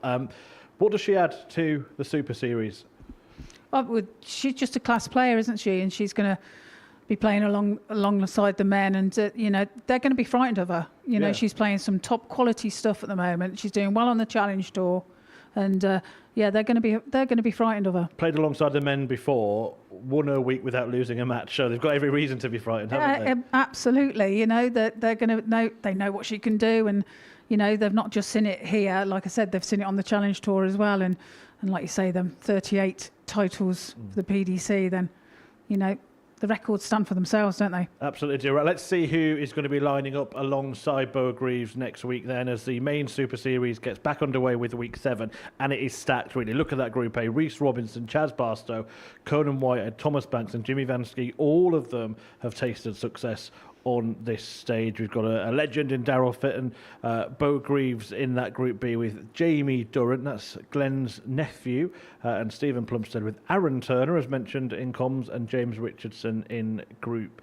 C. Beau is still the standout name in what is a really, really good week. That just shows what a star she is, doesn't it? Absolutely. I mean, the talent there is just phenomenal, isn't it? And Beau being the main one that sticks out, like you say, you know, so it's going to be pressure for the other guys. Yeah, absolutely. Look, two players that haven't seemed to be affected by the pressure so far tonight are the two favourites, Gemma Hayter and Kirsty Vinikainen. They're now going to play each other. It might not be the only time tonight that they play each other. So how important is this game for the pair of them? It's very important. So it's just to get that one-upmanship kind of thing as well. And so they'll be looking to have a good result here. Absolutely. Both already through, but only one can top the table, and Trina is going to join Scott Mitchell in commentary to guide you through the action. Yeah, thanks, Murph. And an intriguing game, this one. Head-to-heads on these this week in Group A.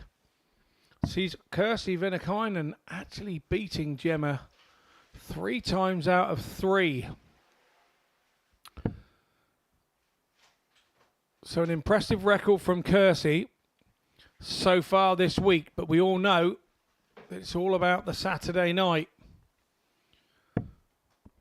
Gemma from Gosport will have a few in with her tonight, and playing somebody in an empty room and then playing somebody with a few supporters behind them makes the game very different this evening. And of course, there's a little sort of factor of the prize money that comes into play as well. I'm really looking forward to this one. These are probably the two favourites, obviously, on the evening with the bookies. Will this give us a rough idea of where this evening could actually end up going? Well, they could. Like first leg, it's Gemma to throw first. Studio there. Game on. They could actually meet again after this. And time will tell. For me, it's a bit of a free hit, this one, because basically they're playing 140. for who sort of gets the darts really in their semi-final. But it's also that it's that one-upmanship, isn't it? So whoever wins this is going to be going, if they do meet later on tonight, 81. then they'll be thinking, well, I'll beat her once tonight so I can do it again. Yeah, winner of the group will get the darts in 100. the semi-final. The runner-up in the group will throw second. And these are the two who are in. This is Group 1, obviously, the last game of Group 1. 121.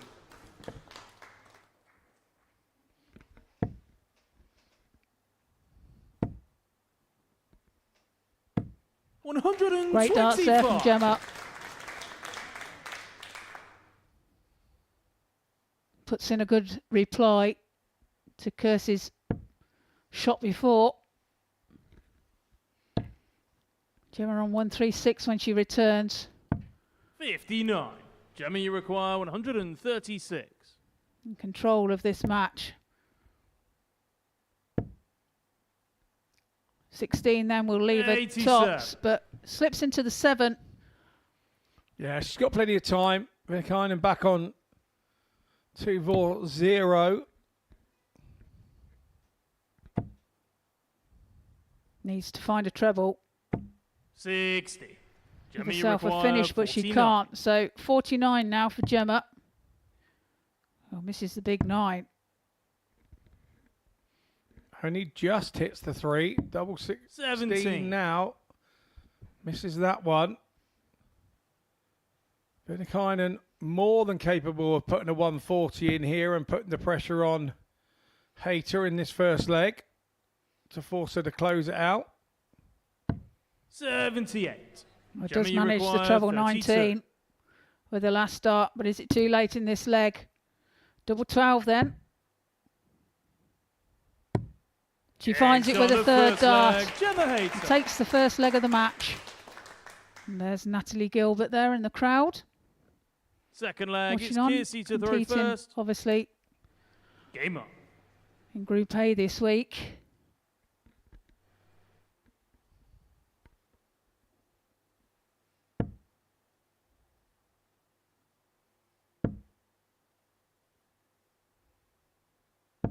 $60.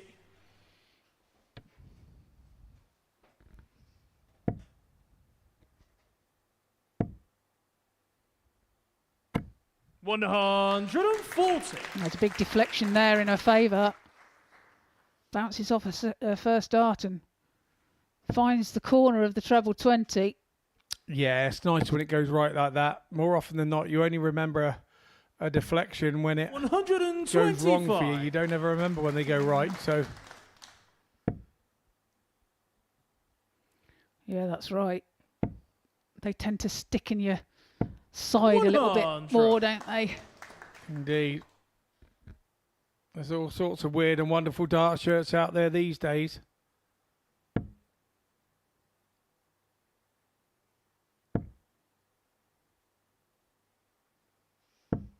$41. Something's telling me that Kiersey wore this shirt last time she won. I don't know whether it's her lucky shirt. Who knows? I've definitely seen this shirt before. She did wear it in the week. Oh, did So, she? yeah, so perhaps that's what you're thinking. Maybe. It has the emblem on her right sleeve there of her hometown. Oh, very interesting. Knowledge is the bomb. And it happens like to be a crest, is it? Like yeah, it happens to be 3 require hours. 161. Does it? Yeah, if you have a look.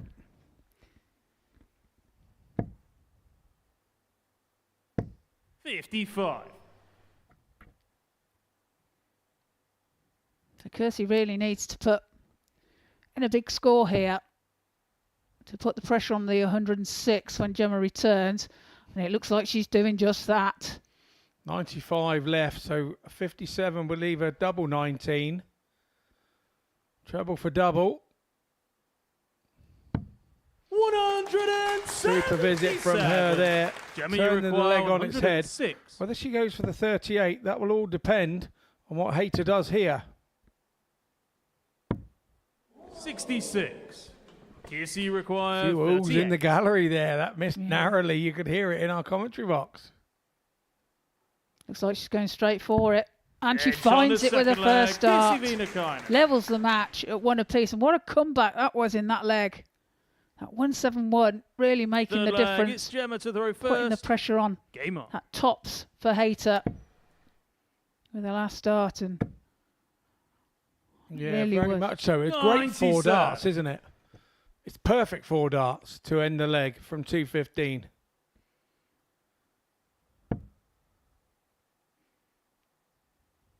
Gives you a bit of momentum and a bit of confidence and a bit of fire in the belly to 100. get you in there and get you going again.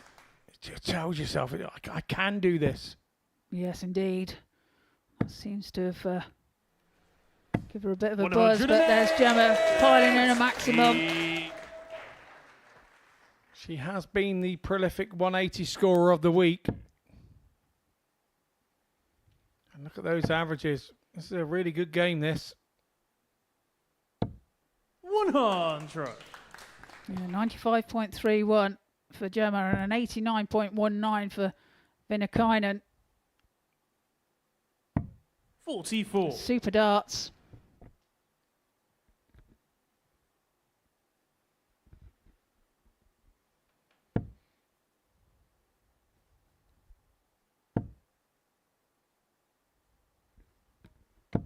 140.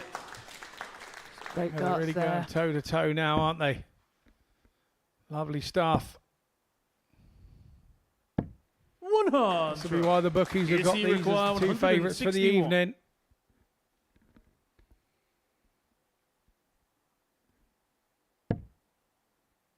The shot's not on now. So Gemma will return for 80.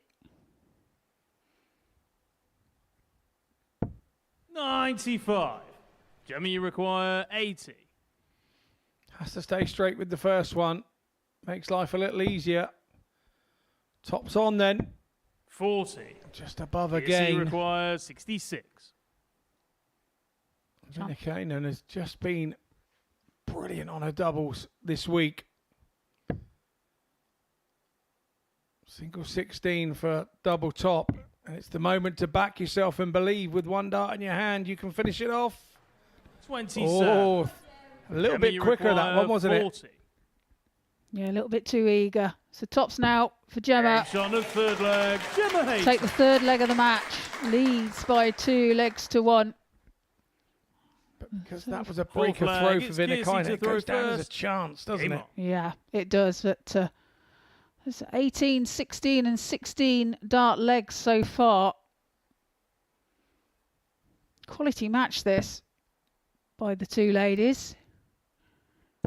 85. Yeah, we knew it was coming. It hasn't failed to deliver. 45. As we said earlier, this might not be the only time these two meet this evening.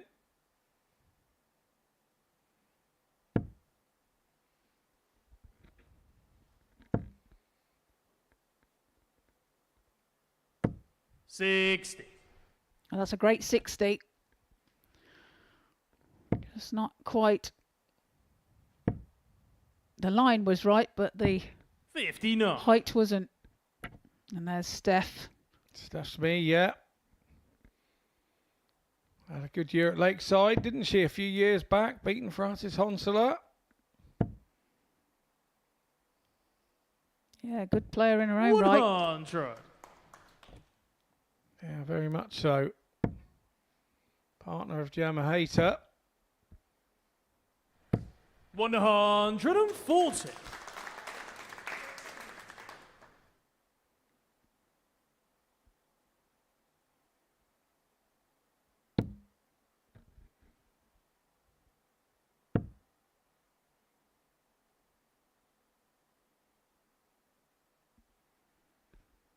Just working out what she needs to go for next to give her a chance of a finish. She needs a treble of some sort. 85.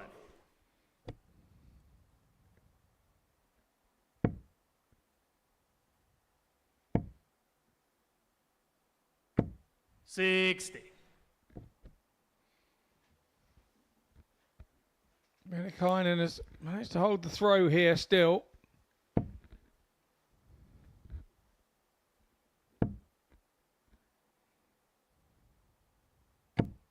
$60.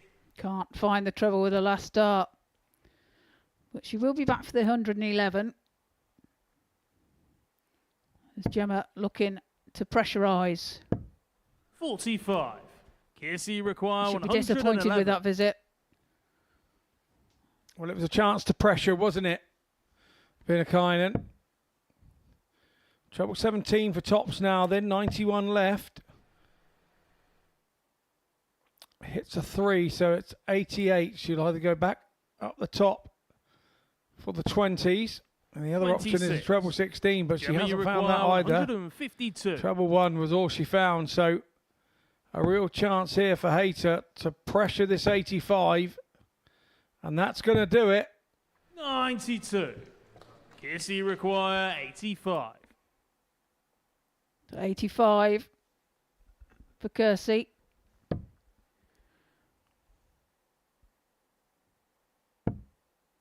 So double 5 to take us to 75. a deciding leg. Gemma, you Not require quite. So 60. chance now for Gemma.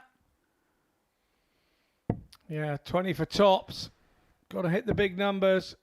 Only gets 1 now instead of 2. 40. Really required 10. Didn't look like it was going to go from the time she missed that first big number.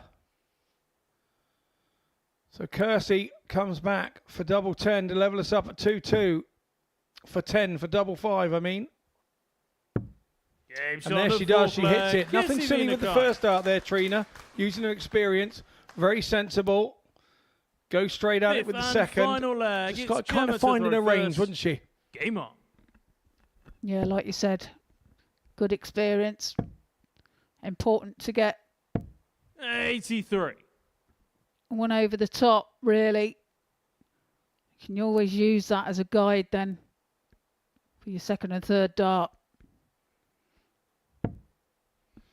Kersey is never rushed, is she? She does her thing. She lets the player come back past her, then approaches the oche. 45. It's very easy to work out as an opposing player, but her pace isn't particularly quick. So those sort of rat-tat-tat players, it can sort of break their rhythm a little bit. Yeah, it can, and yeah, it's quite rhythmic and quite smooth, isn't it? It's a bit of a glide kind of thing. But yeah, for the quicker player, it's not ideal.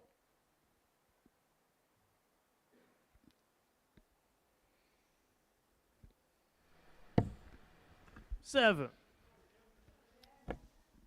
Always helped when you've got a great referee up there as well, like Jack Garwood.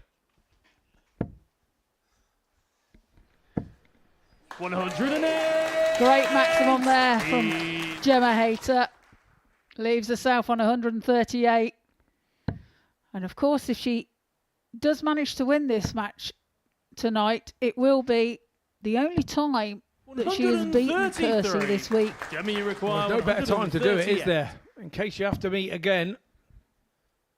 But maybe Kersey's thinking it's nice to get that little chip off your shoulder or the monkey off your back to have a loss this week to her, and then you go to the next game if they do play again with a little bit of a free mind.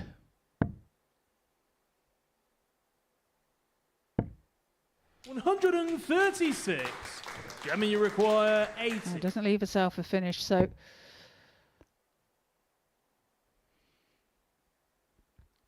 that looks awkward. So we're going for double. It's double 10 now. 70. Wobbly hand there is a sign that yeah, maybe there's a few nerves there on that one.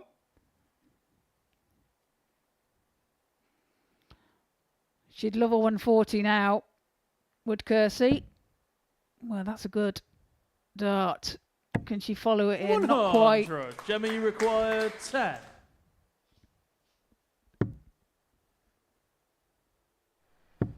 Game shot and the match. So Gemma Hayter. The match goes the way of Gemma Hayter, 3-2.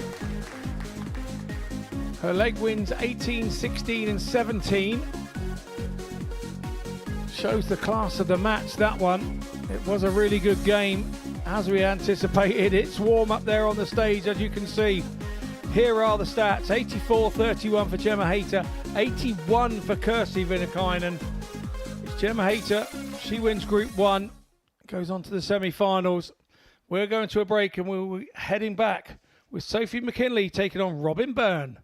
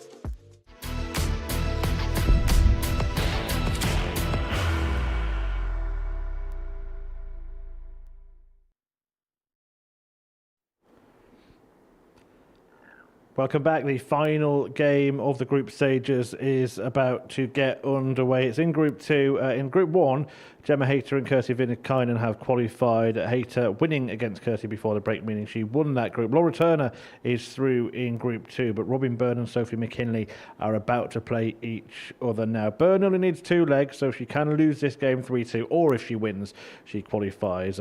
As for Sophie McKinlay, needs a 3-0 or 3-1 victory against Robin Byrne to book her place in the semi-finals. And it's all about getting the hands on the trophy and being the latest winner of a Women's Week. Kirsty Vinikainen, of course, still on course to do it twice, or will there be a new name on the trophy this time around? Could it be Sophie McKinlay, or will Robin Byrne get the job done here? Let's find out in the company of a couple of former world champions, Scott Mitchell and Trina Gulliver. Yeah, thanks, Murph. Yeah, 2 players here representing not just themselves, their countries. Robin Byrne from the Republic of Ireland, and having been at an internationals with her again, she's another one that was performing last weekend at the Six Nations Cup, and she's like the life and soul of the party for the Republic of Ireland. She is very vocal in her support for both men's and ladies teams. She believes in everything Republic of Ireland does, doesn't she? And she is a great kind of ambassador for them as a country. We go to Sophie McKinlay, and she's doing exactly the same, but in a very quiet sense for Scotland, you know, representing at youth level, going into adult level again at the Six Nations Cup. And 100. 2 prospects who, although with Robin, it feels like she's been around forever already, and she's still only 28. 41. Yeah, very passionate about the game. Passionate about playing for a country. As you say, as Sophie is as well, but 83. Completely 2 different kind of personalities. Yeah, you couldn't get more chalk and cheese between these 2, but I think that's what makes the game interesting, because you can have different personalities playing the game, whereas with some sports you need to have a certain personality to be able to perform in the sport. With darts, it's not that case. That's just not the case. Yeah, it's absolutely. It takes all sorts. 59. You say the different attitudes, and that's what makes the characters, doesn't it? The different attitudes that you see, and the different personalities, and different reactions. I mean, most of it is absolutely natural, isn't it? It's you're up there under a pressure situation, and how you react is how you react. 25. Sophie, you require 160. So the shot's on. Another one of them. Not to be this time. 84. A little shake of the head and a talk to herself there from McKinlay. But she's nothing to worry about. Byrne is way back on 276. Sophie requires 76.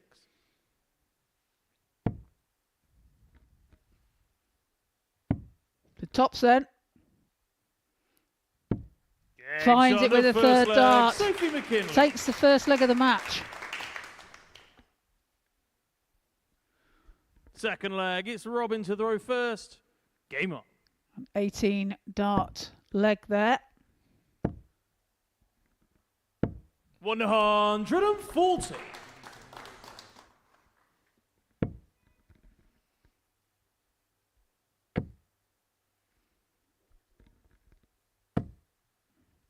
That was a good start there by Robin as well. And only a 60 for Sophie. 99.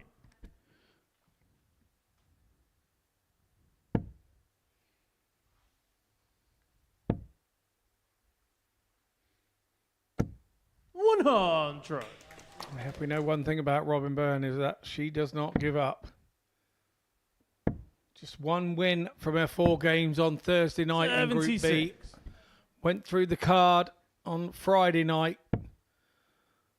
So went from bottom of the group to the top of the group in one foul swoop. So we know that she doesn't give up. No, completely different day for her yesterday. Just shows what can be done, and 60. that perfect example of never giving up.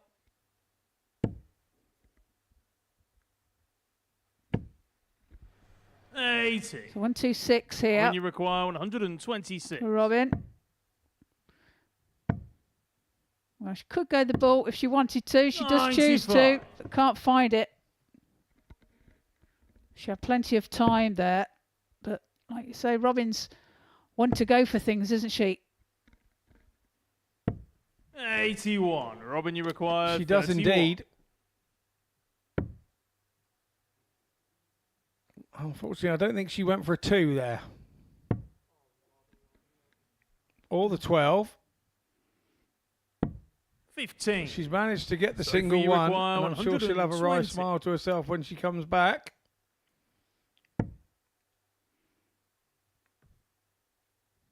Now, disappointment there for Sophie, but does leave 80. herself tops. Robin, you require 16. Should she return?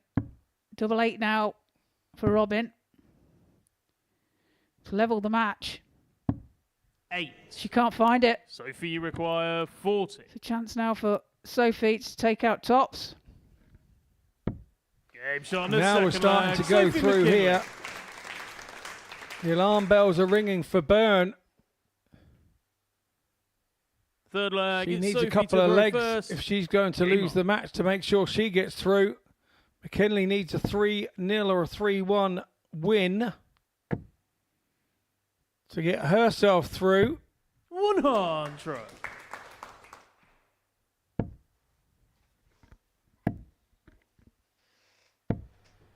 $125.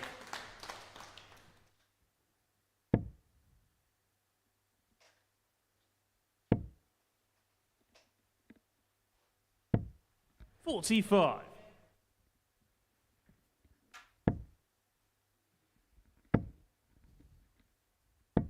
$60.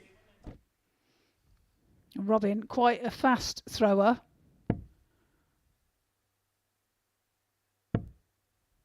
Sophie just slightly slower than 80. Robin, I'd say. Yeah.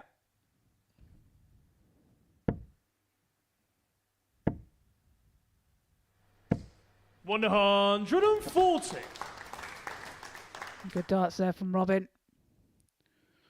Sophie just...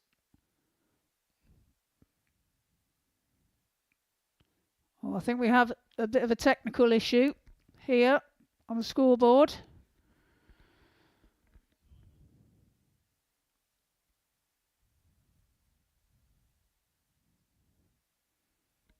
So the Yeah, players- frustrating for the players and particularly for McKinlay here. She's waiting to throw.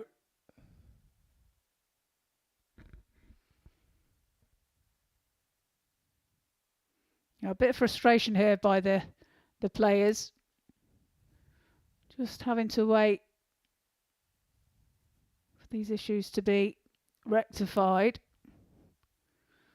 Hot on that stage as well.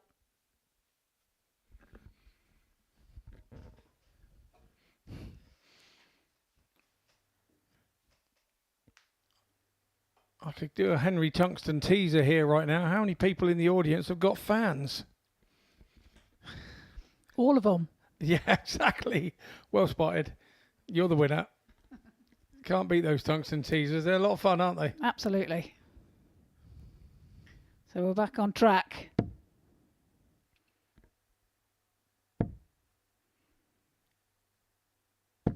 Well, that's great darts there.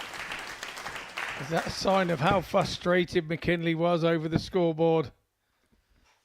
Not actually functioning correctly, and that's a great response from Robin Byrne as well.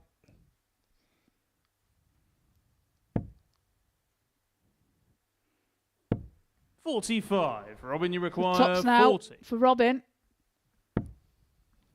2 10s. 2 5s. Finds It's it. on the third leg. Robin Byrne. Takes the third leg of the match. So one more leg for Robin Byrne, and she's Fourth through. leg, it's Robin to throw first. Game on. One more leg for Sophie McKinlay, and I believe she's through. So what an important leg this is. 100. Yeah, the permutations are all there.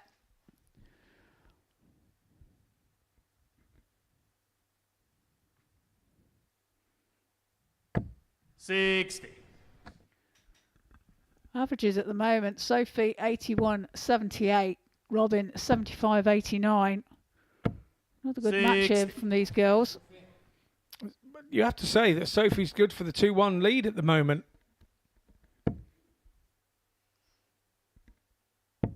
$60.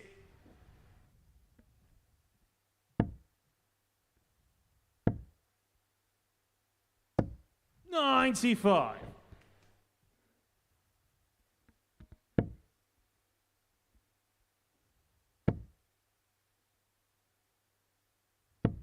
$60.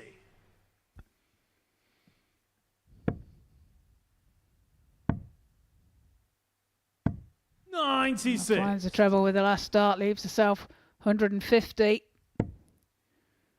Yeah, these are nervy darts up to now, but now both absolutely going for it. You feel McKinlay needs another 100. Robin, you require 100 to be this time round.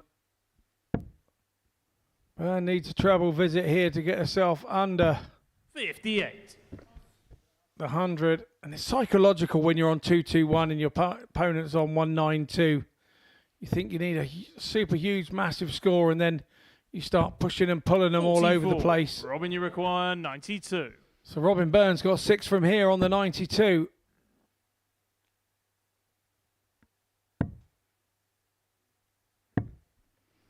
Now finds a treble 14 with the last start to leave herself tops, and she will return for that. All Sophie can do is try and apply pressure. 99. Robin, you require She's asserted 40. some.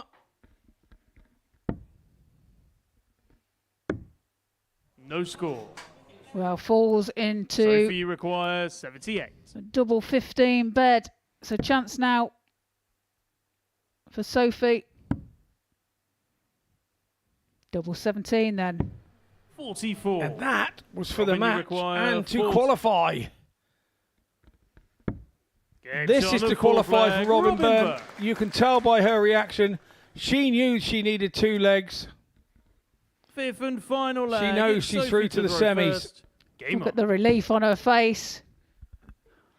She clearly knows the permutations, and 100. like you say, that puts her through.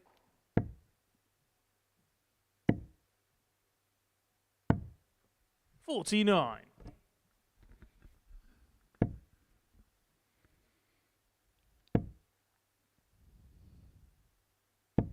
$100. McKinlay will not want to leave without a win here. 119. She'll still be trying for sure. It's the only thing we know how as dart players. Yeah, once you're competitive, you're always competitive. 140.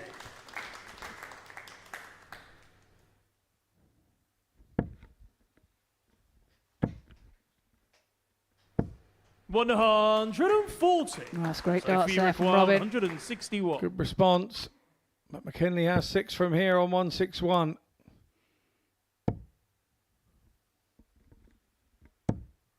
$45. I would like more than that. Big shot here. Could really pressurise that 116. 97. Sophie, you require 116. There's the treble you were talking about, Trina. It happened.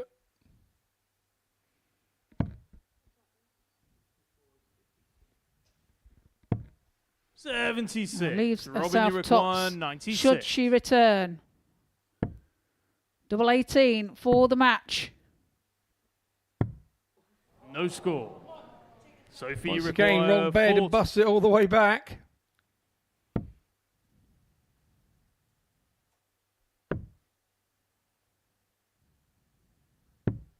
$30.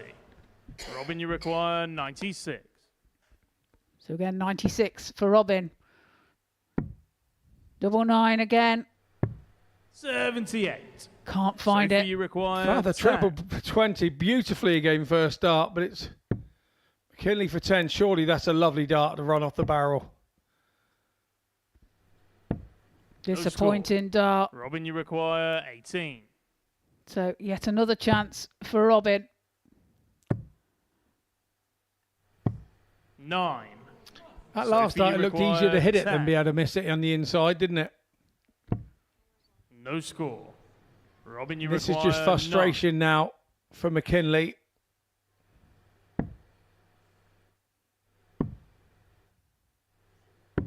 Game shot and the Robin match. Byrne hits the Robin double. Byrne. She wins the match 3-2. She progresses through to the semi-finals. Sophie McKinlay is eliminated at the group stage. Here's the tail of the tape. 73 average for McKinlay, the higher average, but goes out 3-2. So we go into a short break and we will see you back on the other side.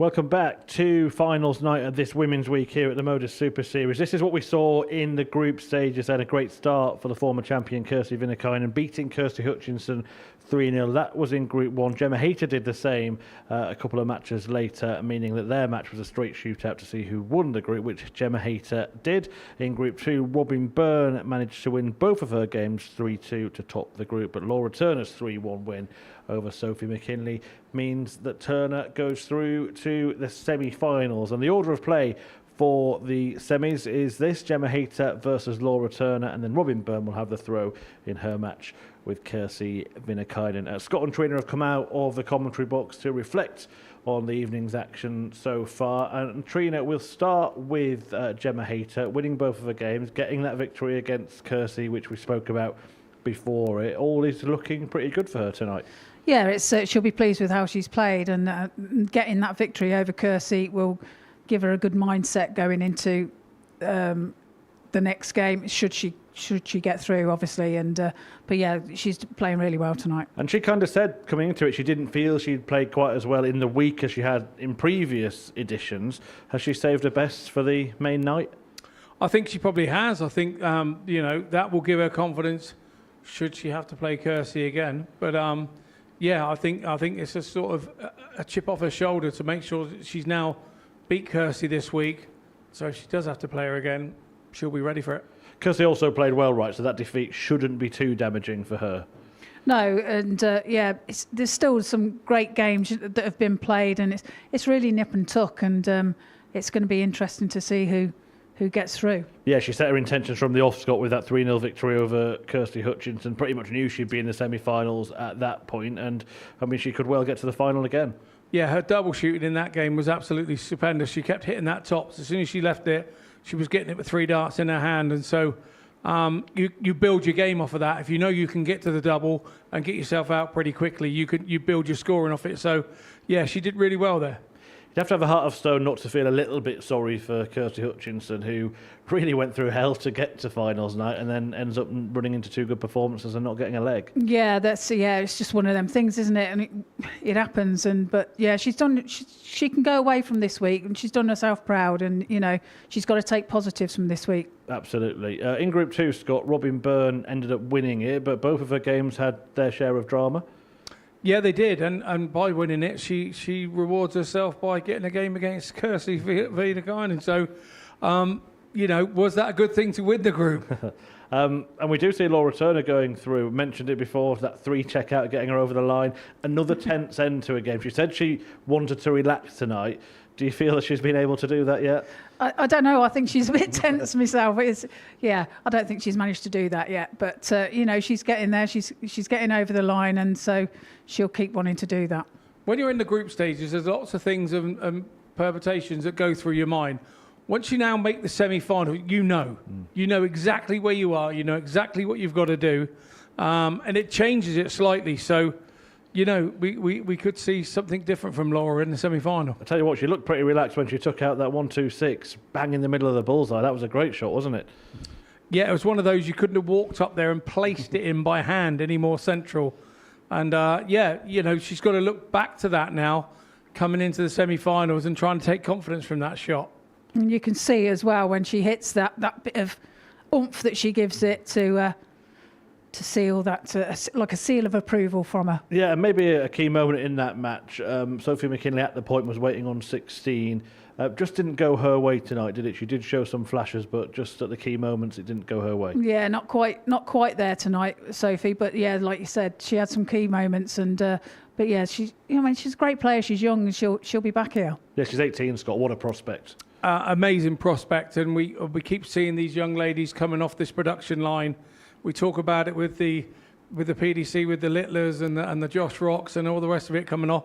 We're now starting to see it with the girls, and I think it's brilliant. Yeah, she is certainly a rising star of this sport, and we have got some potential prospects coming to the Super Series very, very soon.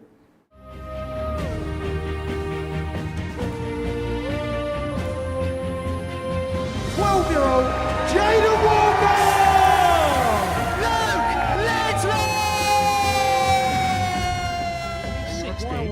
I won't say this has to go for Jaden. Big pressure for the little man, but What a shot to stay alive this would be. Jada Walker taking everything! And Jada Walker! Going to get better than that too. A double Game. 14. She won a Super Series champion. The leading light. Super Series. It's sweet success for the 16-year-old.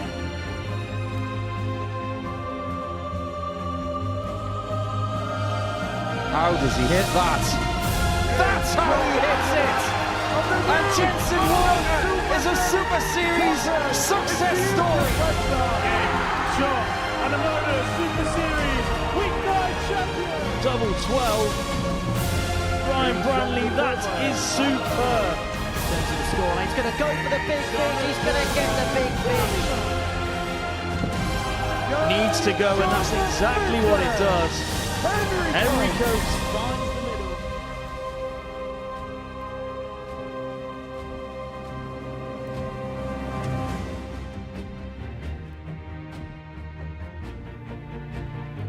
Yeah, Rising Stars, a brand new specials week taking place here at the Modus Live Lounge in Portsmouth. A few of the names in action on the screen there, including the Series 10 champion Jensen Walker. Tickets are available at the usual place, dartshop.tv. They'll be coming on sale very, very soon. And you can, of course, watch live and free on Pluto TV. Let's show you then the full breakdown for the Rising Stars Week. It takes place after this series, straight after the Champions Week getting underway in August. Ryan Branley, Thomas Banks, Charlie Manby, Henry Coates, Jensen Walker and Nathan Kerr in Group A.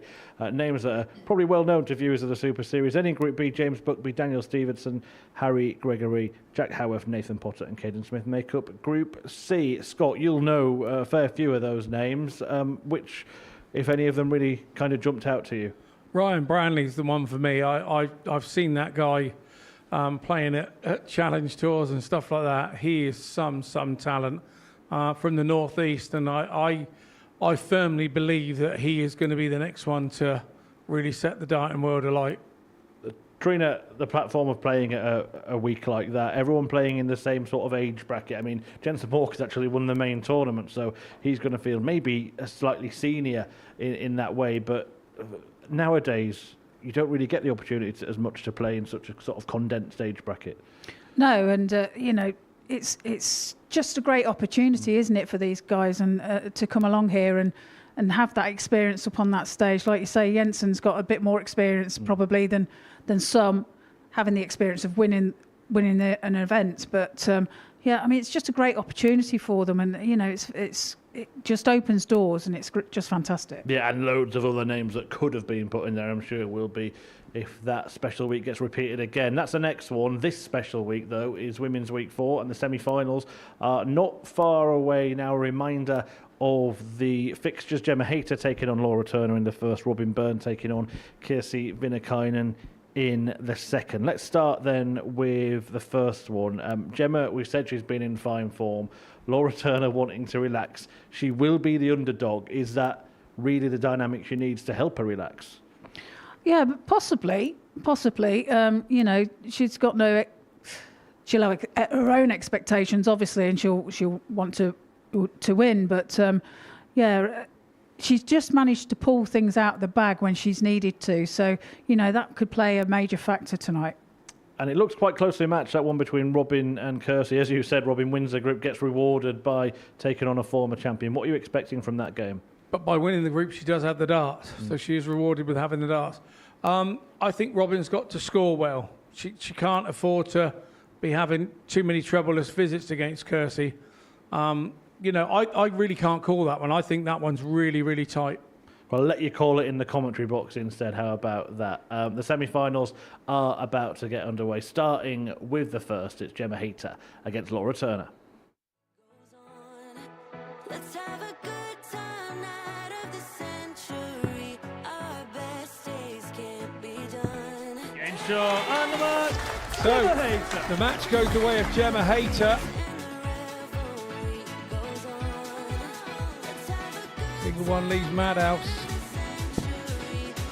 Well, she got it last night against me. Can she do it again? She can. And the match. Takes the match.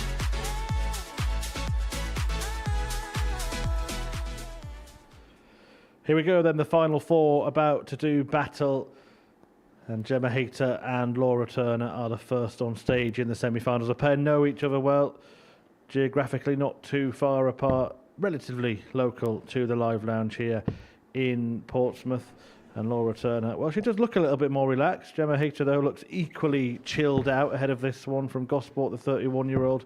Twice has won Group A, but yet to make it through to the big match. Laura Turner's done that, runner-up in Women's Week 2 to Kirsty Vinikainen. We could see a repeat of that final tonight, but she will have to up her game or see Gemma Hayter drop off a little bit based on what we've seen so far this evening. Once again, Jack Garwood is the referee, and once again, Trina Gulliver and Scott Mitchell are in commentary. Thanks, Murph. So an exciting match here. Coming up, Laura Turner, Gemma Hayter. First leg, it's Gemma to throw first. Game on. Gemma with the advantage of throw here. We have to say that she has got better as the evening's gone on, was definitely much better in her second game than she was her first. And she looks more confident tonight than she has done most of the week. I think she's been here enough now that she knows that the week is what the week is. It's all about getting here and peaking at the right time on the Saturday night. With Laura, well, she's had a busy week. She's been away with England duty last weekend with much success, and a win here would cap her week off quite nicely, getting to the final. But she knows she's going to have to up her percentage a little bit if she's going to do that. 54. My feel here is if Gemma, the home crowd, and Gemma feels a bit of pressure, then that's an opportunity that Lorna Turner's going to have to jump on. Yeah, that's a good point. But like I said in the studio, it's 100. Laura's had the ability to just get over the line and has 135. managed to pull out the shots when she's needed to.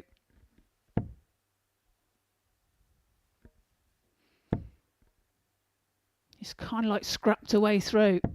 140. Yeah, totally agree.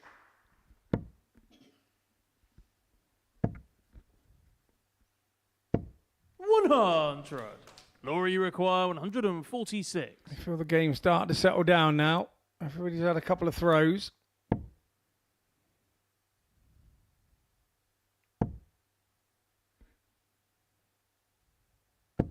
$60. Gemma, you require 110. Chance for Gemma to take out 110. Finds a 60. Finds the 10. So tops. Finds that too. First leg, Gemma Hayter. Takes out 110. Takes the first leg of the match. The previous highest shot of the evening was by Laura Turner, the 126, wasn't it, on the ball? And Gemma Hayter responds with a 110.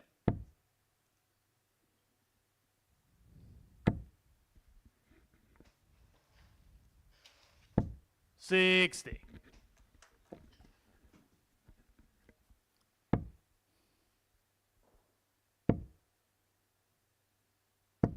Good find there. Both have fans in the crowd. We had a come on Gemma 180 sign earlier, and that was a come on Laura.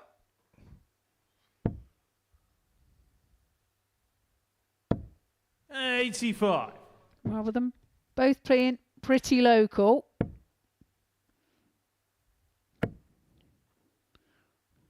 Clearly got fans on both sides in here. Yeah, they have indeed.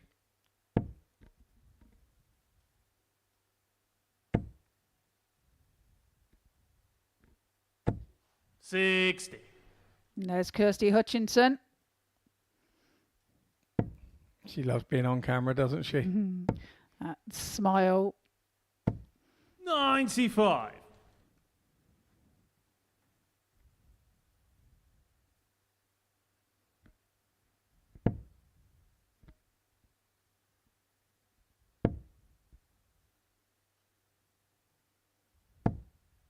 95. Now 95 for both players there.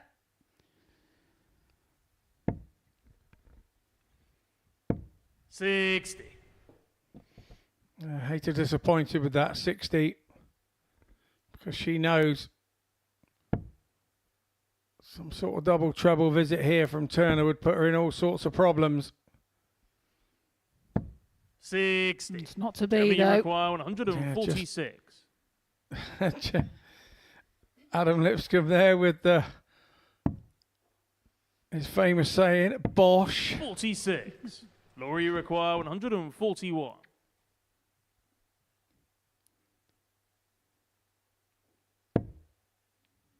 Well, can't finish now.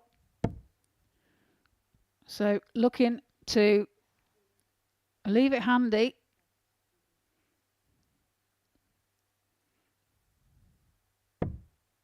Well, goes for the treble 10 there, goes Jeremy, into you the require 15. 100. That's not a problem. Leaves 51. Only if you get back. Another Gemma went for tops there, but it was a half-hearted look at it. So Turner here, will she go 19 for 32? No score. And that can always Jeremy, happen. You require 40. That can always happen. That's why I always go 11s. But tops now. Game shot. Finds it with a leg. second Gemma dart. And leads by 2-0. Mistake there by Third leg. Laura It's Gemma Turner. to throw first. Yeah, it has to go down as a mistake, that one, I'm afraid.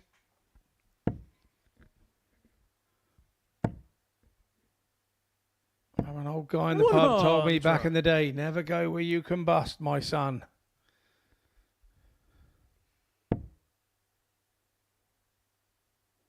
It's that little bit of extra adrenaline, isn't it? And normally you would hit that single 19 without a problem.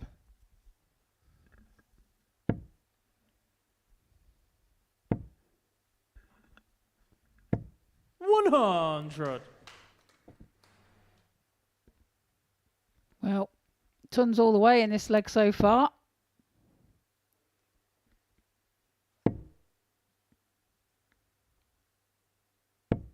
$55.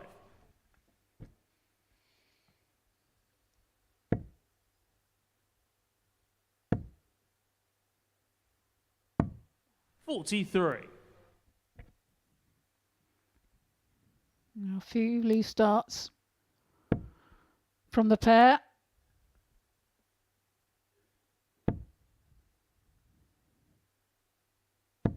$41.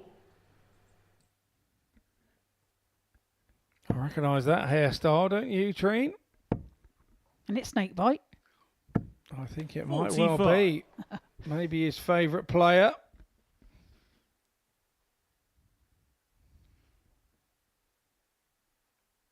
Plays for Suffolk Youth. That young man. Knowledge is the bomb, Trina. Knowledge is the bomb. 60. He's not embarrassed at all about being on camera, is he? He's loving it. Gives a smile. 60. And Gemma on 153. Laura needs to win this leg to give her any chance.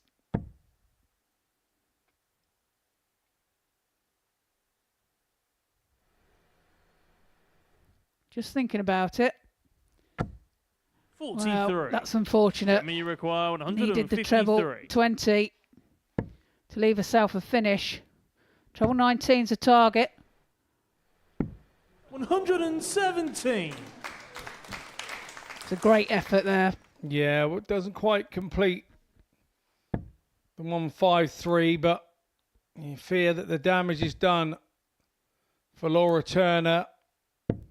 55. Gemma, you require 36.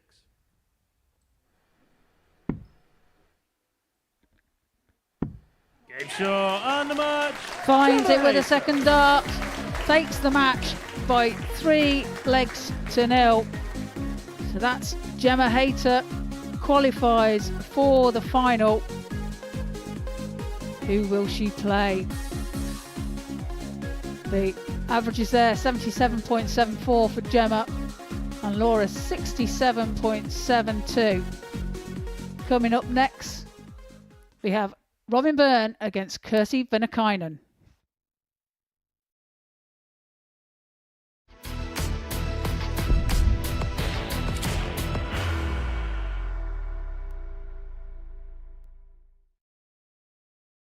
Are you ready to lift that trophy, Darius?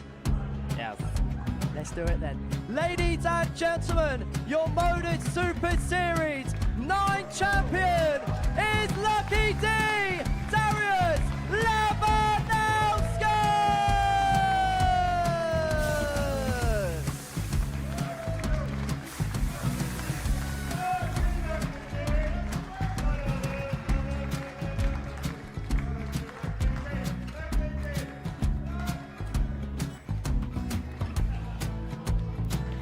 Well, what a wonderful night of darts we have seen, and we are ready.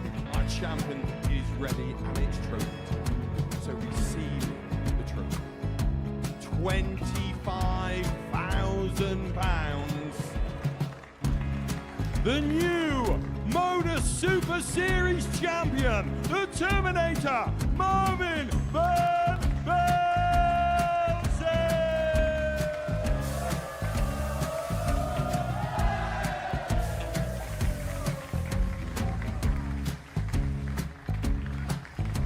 And one more time, the 8th Modus Super Series champion, the Terminator, Marvin Van Velzen.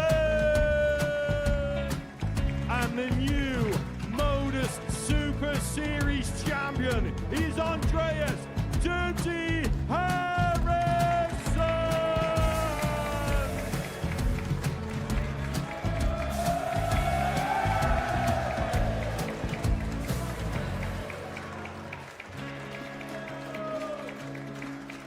And one more time, the 7th Modus Super Series champion. Give it up for Andreas Dirty Harrison. The moment we've all been waiting for. Would you please show your appreciation for your Series 6 Modus Super Series champion, Scott Taylor.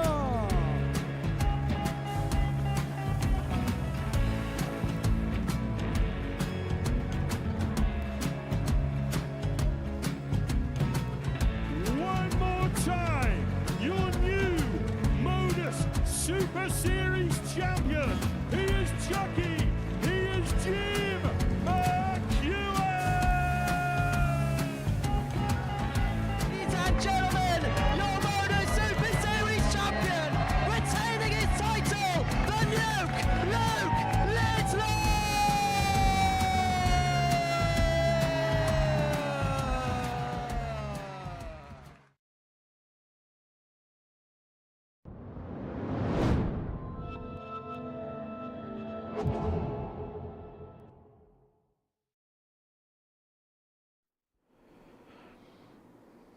So the first finalist confirmed, and it is the Pompey local Gemma Hayter, who got the better of our colleague Laura Turner, this time falling at the semi-final hurdle. We'll find out who will be taking on Hayter in tonight's final. Will it be Robin Byrne of Ireland or Kirsi Vinikainen of Finland? We're about to find out. A race to 3 legs to see who will be in the big match as semi-final 2 gets underway.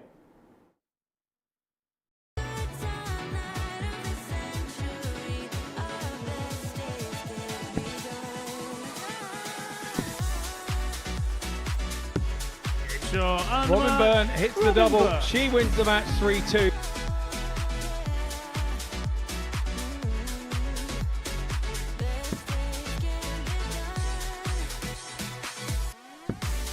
So there we go. That's tops once more. 3 in a row for Kirsi Vinikainen.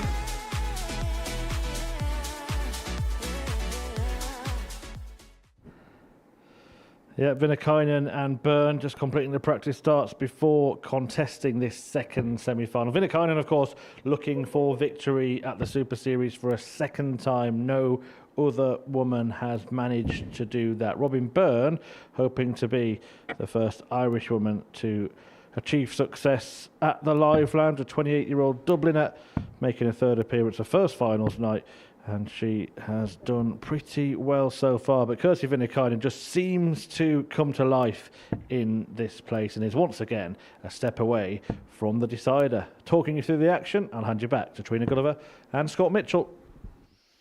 Thanks, Murph.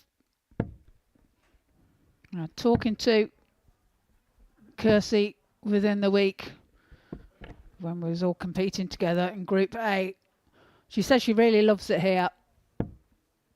She loves the venue. She loves playing here, and it's clearly first leg, tallying in her performances. Game on. Robin, the lass from Ireland, the passionate Irish lady, 100. taken to the stage in this semi-final.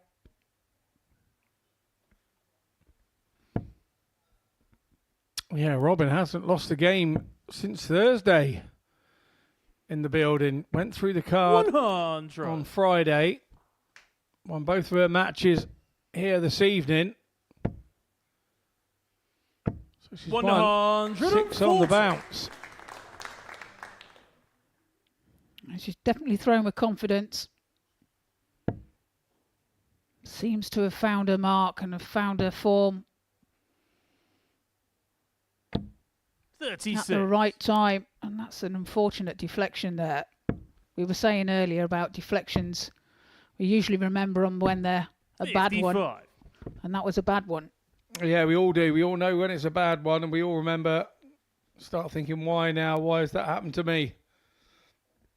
You never think of the one that's missing by a mile and it catches the flight and goes in the treble 20. We all have them. We just don't admit to them. Exactly. 45.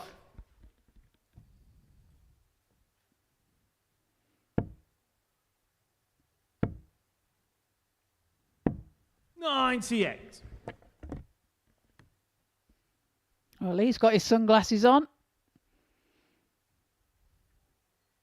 Not in the right place, but he's got them on.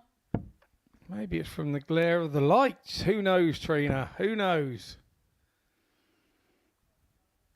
114. Robin, you require 108. 108 then. Well, it's still on. Needed the treble 19 then for the ball. 80. We'll come back for the 28. There's Kirsty on 180. Just really hasn't found any rhythm here so far, Vinikainen, has she?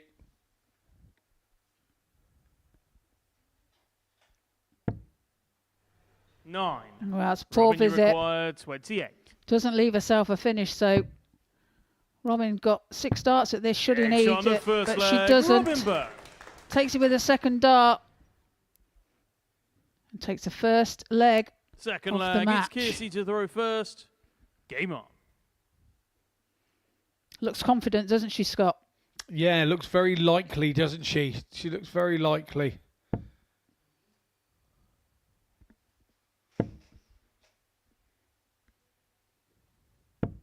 $55. Yeah, few loose darts here from Vinikainen. 46. Sophie McKinlay.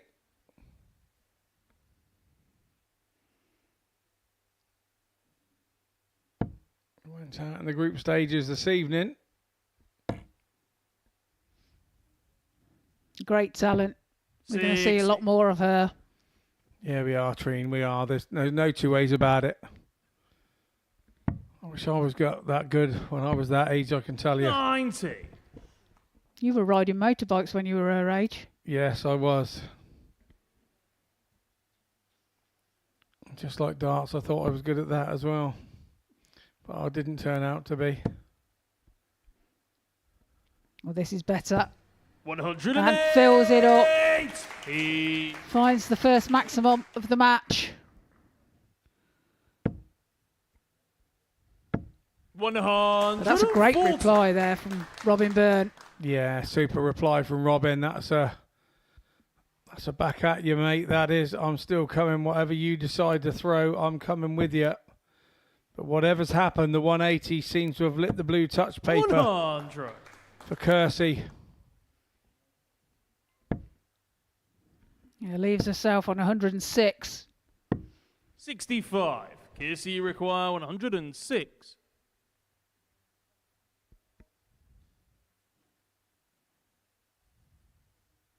It's taken a time.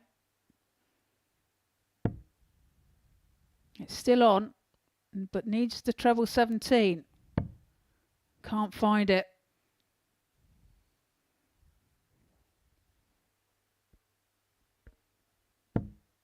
$34. Robin, you require 160. So 2 treble 20s for tops. Not to be this time. 60. Kersey requires 72. Yeah, she definitely has a routine coming in. Doesn't Vinikainen? She has a way of doing it.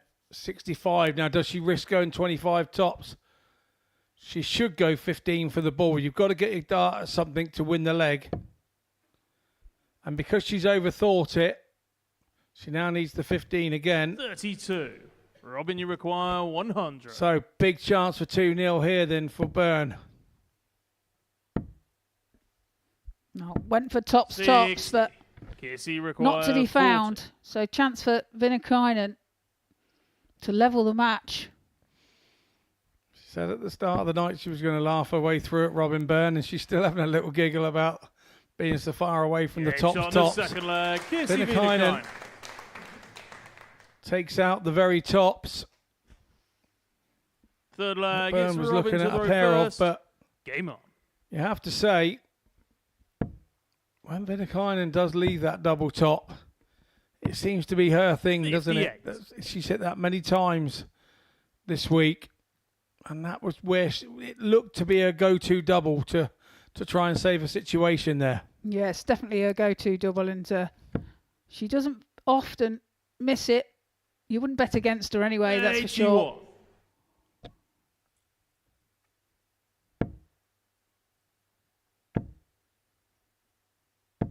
60.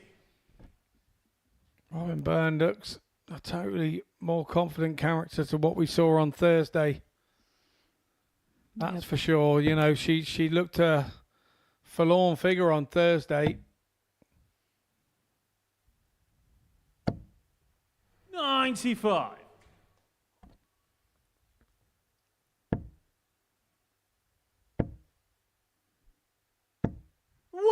She's got that bounce about her, hasn't she? Yeah, the air of confidence is sort of oozing out of her, isn't it? She's bouncing around the stage. Very confident.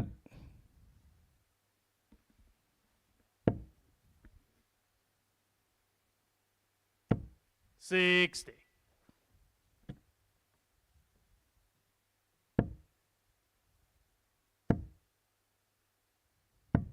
$99.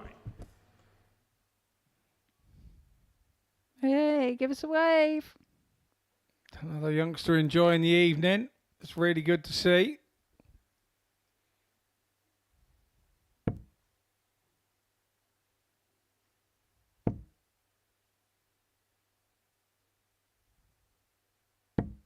$43.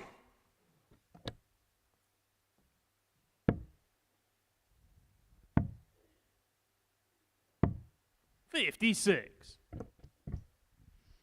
Well, leaves herself 128. Kersey needing a couple of trebles here.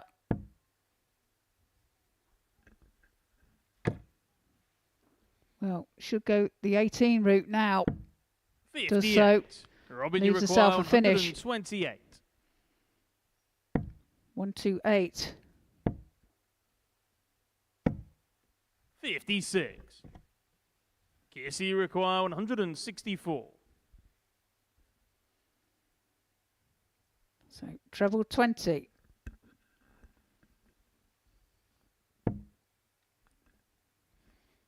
So we're looking for a 140 now, minimum requirement. That's unfortunate. 100. Nicely found Robin, with you the require last. 72.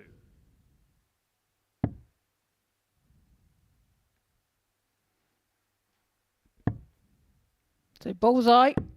Oh, and 47. just wires it. Kissy requires 64. So chance now for Vinikainen. Yeah, Robin Byrne even gave it a little ooh herself there, didn't she? She thought it was close.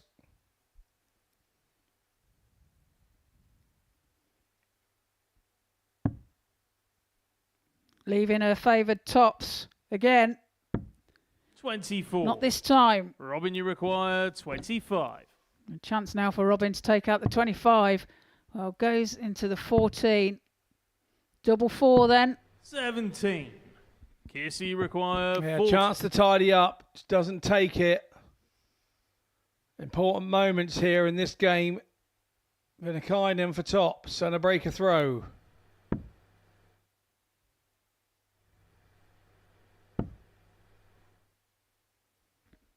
Two tens then.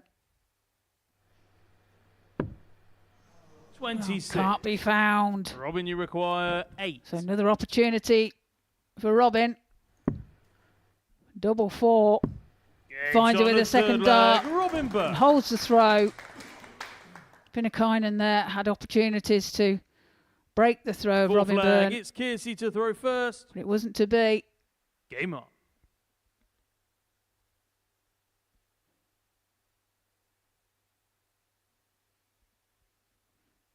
Robin just kissing her muscles there. That's what she was doing. No, I'm sure she was just wiping her brow, but you know. 140. What did you think she was doing? Like, look at these guns. Yeah, look at these guns. Kissing these guns, like, you know. 134. Whatever she did, it worked. There was a couple of treble visit there.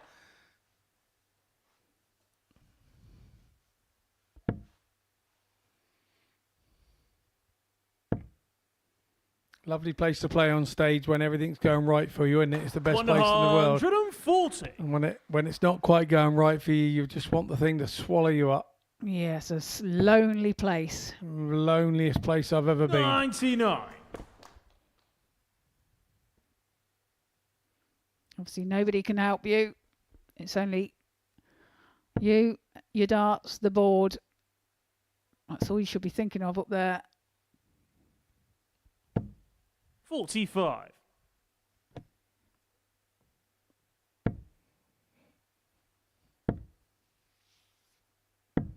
$98. That's great thinking there. Yeah, maybe should have went 18s first. She got a bit lucky by hitting the treble 20 with a second dart. Had she missed, she wouldn't have been able to do that.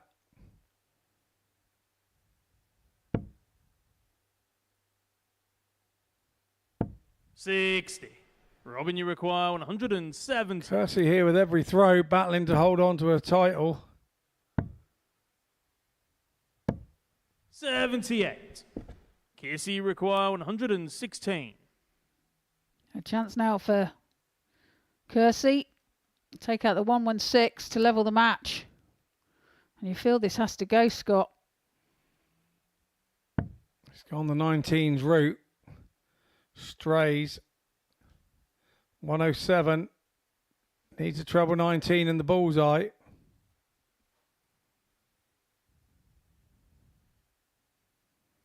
Look at her eyes piercing the treble.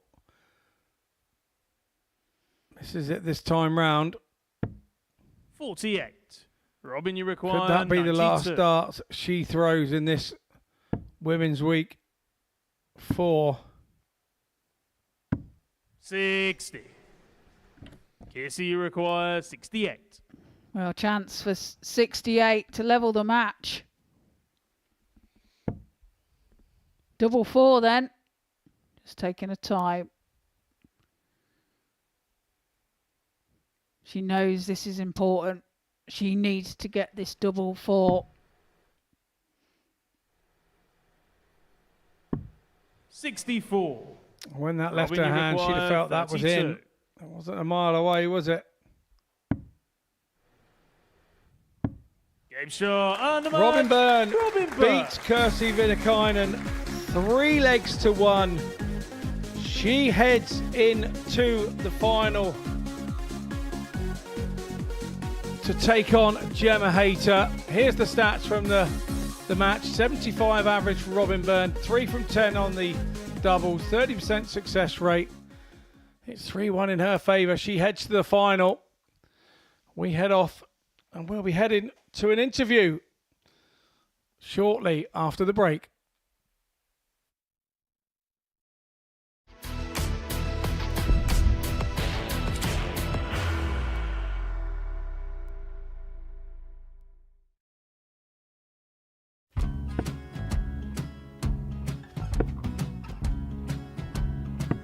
$54. Charlie McKinlay, 164.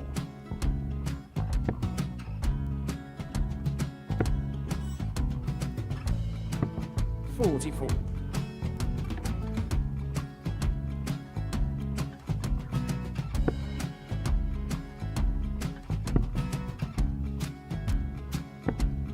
$32. Charlie McKinlay, 120. Well, 120. He's got a fair, at least 2 handfuls of this. Just needs to stay 60. there. That's a good shot. Halves his score, leaves himself on a 2-darter.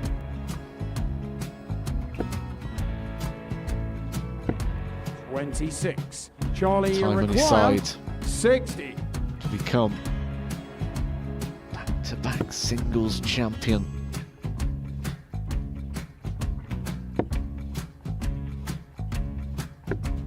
$40. Definitely a couple of nerves in those last 2 darts, but he'll be coming back. The moment he's been in before this situation. Standing at the back of the stage, Charlie approaching the require hockey with 20. a chance to win the title.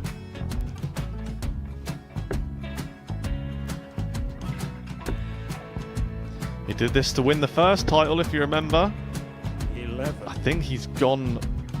Georgia I think require he's gone to 180. bust it, maybe. The first title he wanted 20. He went 6-7-7 to win it. He had a chance to replicate it again. Yeah, I get the feeling that was for a bust, and 39. on that situation there, George Scaife wasn't even 9. able to take it out going to the 18s on that switch. Yeah, I think he just panicked a bit, but he's done well to get that big one. Sometimes can be the hardest part. Georgia requires This is it. 79. It's got to be 19s. It's got to be 19s for this shot. Big 20 and a double. He's got the first one. He's going to get a match dart here.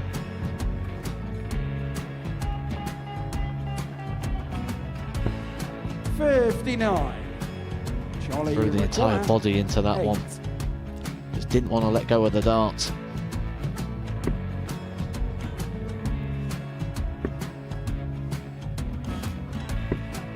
No score. He's giving George a chance. Georgia require 20. I think George has been quite good on double 10 today.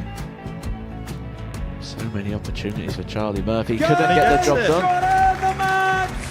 And the Red Dragon George Modus Scaife. Super Series Influencers Champion, George Scaife!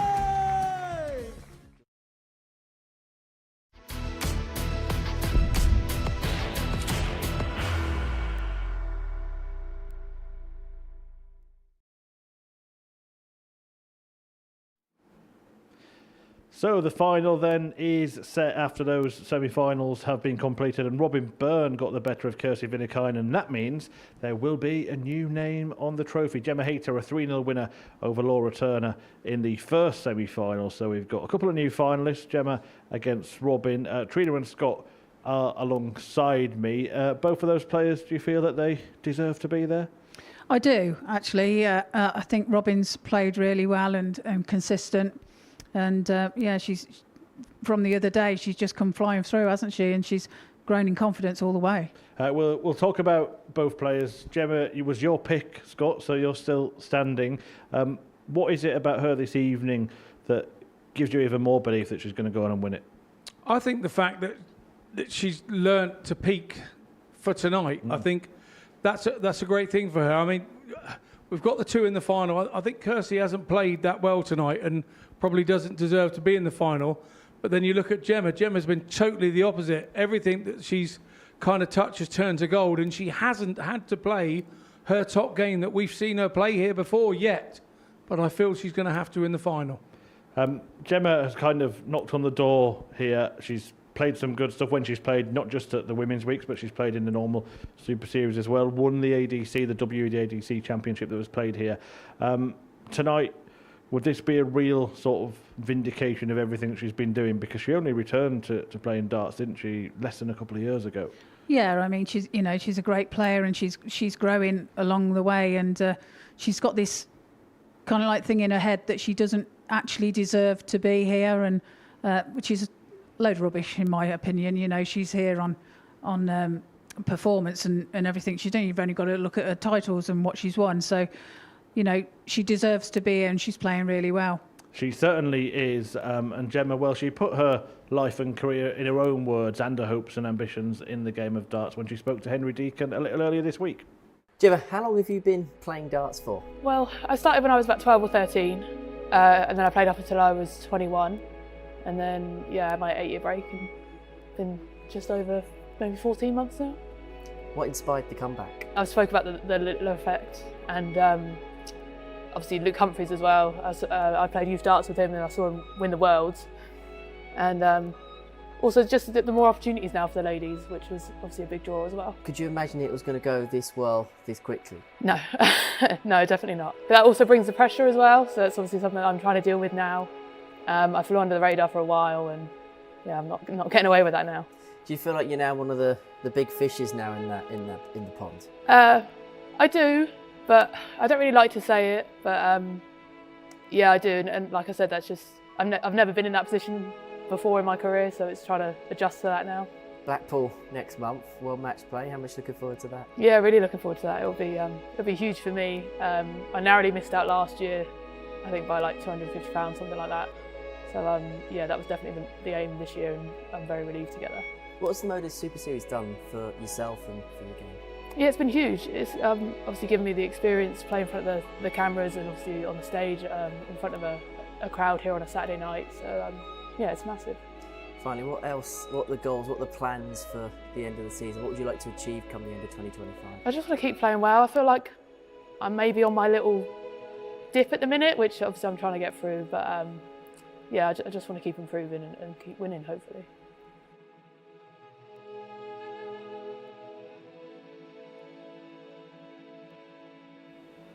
Yeah, interesting stuff from Gemma Hayter there. I mean, if she is going to get out of that little dip, as she called it, then this is the way to do it, isn't it? Yeah, this is the time to do it, isn't it? And, she's got a lot of support here tonight as well, so that I'm sure that will help her. And she's comfortable up on that stage, and she's playing some good stuff. And she mentioned, of course, the Women's World Match Play around the corner, Scott. Not just for her, but for Robin as well. How much confidence will winning here give to whoever does? Well, for Gemma, if she's trying to get out of a dip, there's no better way to get out of a dip than start winning stuff, because you start to convince yourself that you're not in as big a dip as you thought you were.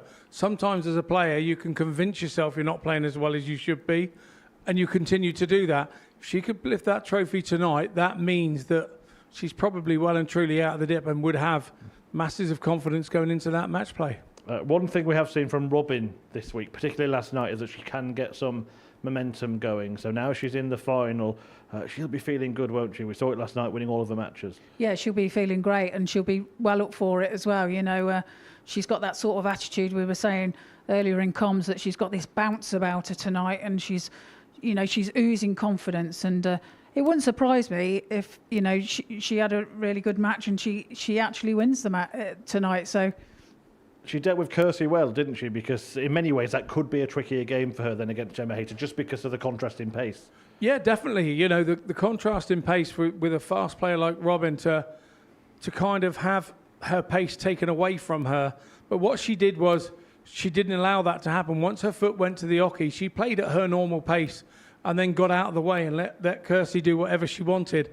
And she was quite happy and settled to just sit there, stand there, let Kirsty get on with whatever she wanted to do, let her clear the board, and then go through her routine. And it's a sign that Robin's been around a long time. She knows what to do in these situations.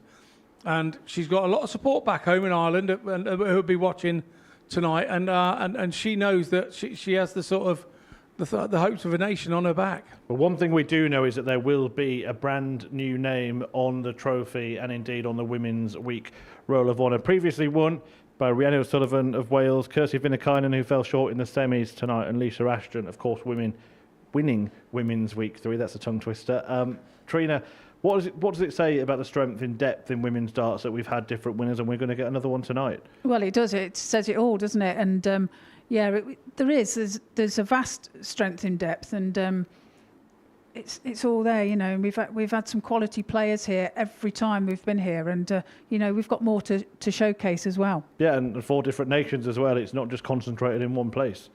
No, absolutely. And like I say, the Live Lounge has really come to purpose, hasn't it? And the way that we're having these specials weeks, it doesn't matter which specials week it is, it seems to be very relevant for the type of specials week that it is. And so I just hope we can continue to do that here and keep bringing it to everybody on Pluto TV. Yeah, it would be a 4th different nation if Robin Byrne were to take the title tonight. Well, I'll get your thoughts on the final then. What kind of game are you expecting? And I should tell you as well that Gemma Hayter has won the ball. Okay, I think it's going to be fast. It's going to be a fast game, and I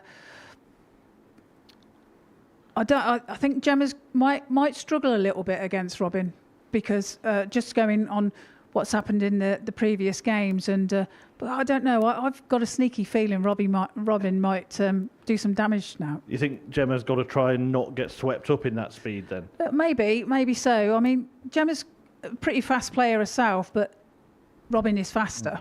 Yeah. So, we shall see how that fares. And Scott, you're the right person to ask, because you've got a technique to avoid playing at anybody else's pace, haven't you? Absolutely, and you have to have that within your game so that you know that you're safe and special in what you do. For me, what worries me about the game for Gemma is that because of Robin's pace, if Gemma starts to throw quicker or start moving quicker, that's when you get loose darts, because you're not used to throwing at that pace. So that's the only fear for me, for her, but I've got to stick with Gemma. I think Gemma will get over the line here with the home support. But I'm like Trina. I'm not 100% sure on this one. Robin has a determination that is very special and very different to lots of other lady players. And I think it wouldn't at all surprise me if she hits the ground running, particularly if she gets the first leg against the darts. Then she'll bounce around that stage again. Well, yeah, he says they're getting the first leg against the darts. I mean, it's quite old school, isn't it, to be playing a final first to 3 legs? I'm sure you've won a few of those in your time. How important is it to get off to a good start? It's imperative. It's a must, and to get that first, like he said, it's just giving you that confidence as well, and that little bit of a cushion. You're sticking with Gemma, I assume? Absolutely, Gemma's a local one. I'm going to stick with Gemma, although it was me that said that Robin could have a run and win this thing on Thursday night. Oh, he's trying to get glory over where you're sneaky feeling for Robin? I don't know. I've got a sneaky feeling, Robin. Right, let's find out, shall we? The final is about to get underway. We'll have a new name on the trophy, but will it be Gemma Hayter or Robin Byrne?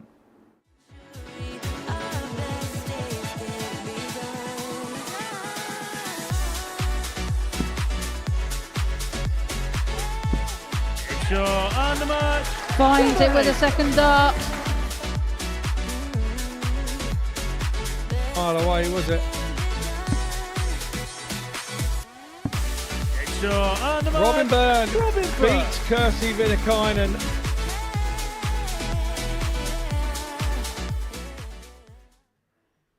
Ladies and gentlemen, welcome back to the Modus Live Lounge here in Portsmouth. It is time now for our Women's Week 4 final with a brand new name guaranteed to be on the trophy. Could you please welcome Robin Byrne and Gemma Hayter?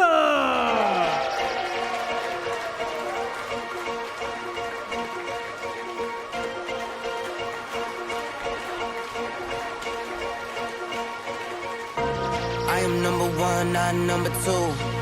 If I'm not the one, I'm uncomfortable. See the competition I've been running through. Leveled up, I only see them in my review. Could be a good one, this, the final between Gemma Hayter and Robin Byrne, about to get underway. The trophy on the stage now, a medal, of course, for the winner as well. But as Trina Gulliver was just alluding to, it's really important to get off to a quick start. Otherwise, a match, a final, could get away very, very quickly. And it will be a fast and furious encounter between Gosport's Gemma Hayter, of course, very local to Portsmouth here. She's got the home support. But Robin Byrne, we know, has got plenty of support at home in Dublin, and she's hoping to be the first Irish woman to lift a Modus Super Series trophy. Without further ado then, let's get the action underway. Who will win Women's Week 4? Let's find out in the company of Scott Mitchell and Trina Gulliver. Thanks, Murph. So the final begins. Gemma Hayter First leg, it's with Gemma the crowd on her side. Game Robin on. Byrne. Pride of Ireland. Yeah, you have to say that these two have been the standout players on the evening, haven't they? 26. And there's going to be a few nerves here in the first few darts. A few butterflies, a little bit of apprehension. 58. All normal when you're in a big final. A little Gemma fan there. 100. I can guarantee you, if this was being played in Republic of Ireland, they would be lifted the roof off the place 100. for Robin Byrne. So I'm sure they're back home watching anyway. 108. Katie Sheldon would be at the front of the queue. Indeed she would. Giving it the big one. A good 180 there from Gemma. 28.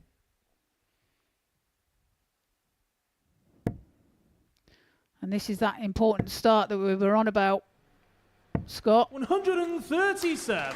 It's exactly what we spoke about, and who settled earlier and who came out the blocks first. And 42. Gemma, you require 58. you feel that Hayter, 2-2 here, really doesn't want to go inside 54. that. And that's a sensible dart for me. Yeah, especially with Robin back on 273. She knew she was going to return. 140. And it gives Gemma, her a you clear require 4. shot at it now. So 2-2. Game Finds shot it on with the the first leg. dart and Gemma takes the Hayter. first leg of this match. The 16 dart leg there from Gemma Hayter. Second leg, it's Robin to throw first. And what I like there, Game Byrne just used that last throw of the last leg there just as a bit of practice to try and find that treble again. 49. Finds a treble on this visit, but it's the wrong one. Treble 3 was not what she was after. And Hayter comes back in, smashing into 140. the treble 20. Yeah, all guns blazing for Hayter at the moment. 60. And Robin struggling to find any trebles. And as you rightly said, only best of 5. You start thinking you're running out of time to be able to do this. You've got to hang in there. And is this another 180 in for Gemma? She's been the prolific 180 hitter of the week, and that's 2 so far in the final. 96. Great strong performance here. Strong start from Gemma.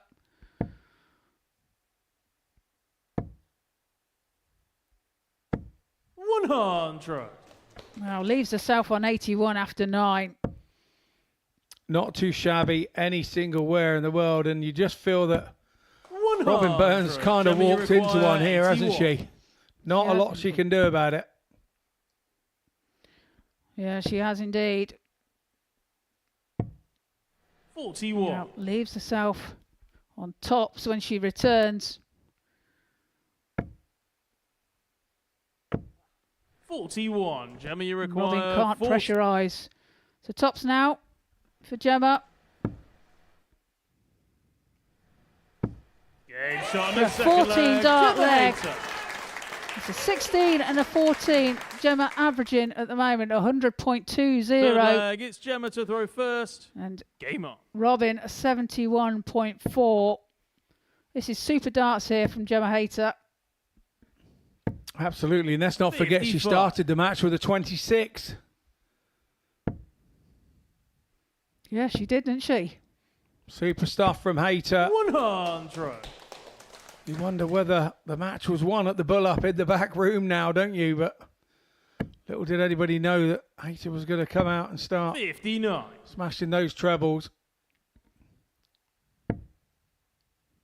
Well, you know what darts is like, Scott.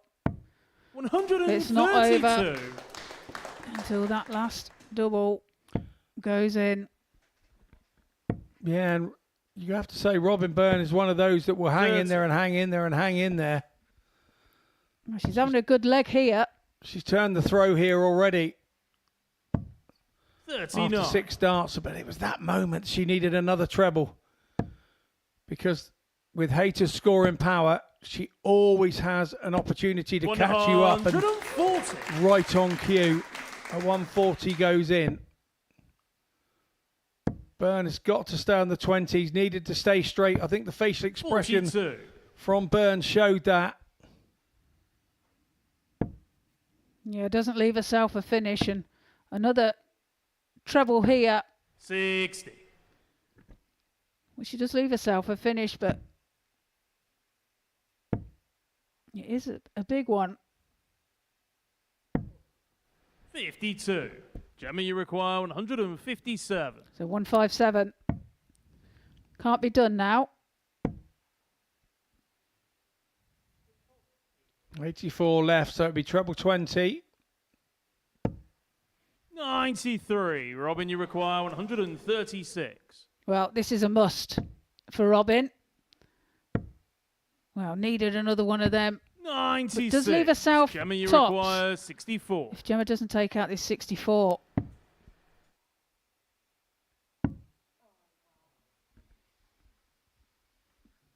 Well, slips into the 7 there. So Robin will be back for the tops. Yeah, 49 left. 24. Goes 9. Robin, you require 40. To leave tops herself. So Byrne then with 3 in hand. She takes it out. Could this be a turning point in the match? Throw now with Byrne. And we did say earlier the one thing she doesn't do is give up. Game on.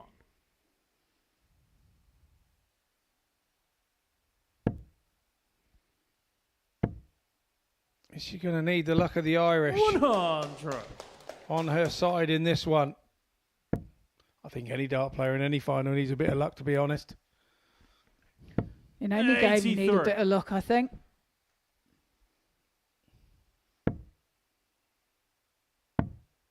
That dart just underneath does cause a problem for Byrne, doesn't it? It doesn't allow her to go back at the treble. She has to come out at the treble 19. It's like she needs to make a conceited effort to make sure it goes above. And there's Sophie McKinlay and Natalie Gilbert enjoying this final. 120. That was unfortunate for Byrne. 140. You have a bit of bad luck. The screen is not taking that 120 off.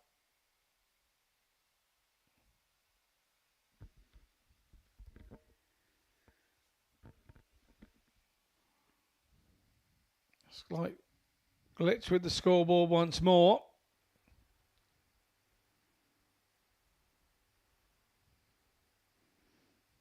The players just patiently waiting. And we commence.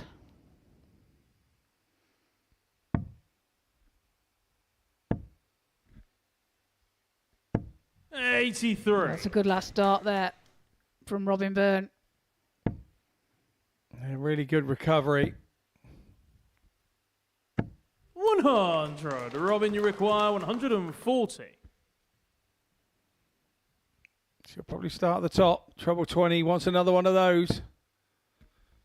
Making sure she hits the single. Good, nice and high. Gemma, you require 118. So for the match then, 118 for Hayter. That's a great start. That's a great second. 78. Almost. Robin, you require a great 20. finish. Byrne comes back for 20. Finds it with a second dart. And we go into a deciding leg What an exciting game this is. Fifth and final leg. She It's Gemma just to throw does not first. know when to go Game on. away, does Robin Byrne. We did say this. There was a determination and inner determination in her 100. that is very special. 125. It's a good recovery there from Robin. Had a bit of a flyer with the second one, didn't she? But recovered nicely with the third. 6. Puts the pressure on Hayter. She goes troubleless, but you feel now Byrne needs a treble. 81. She's got one. Probably needed to stay straight with the last. 100. Hayter comes back with a 140. This is blow for blow, isn't it?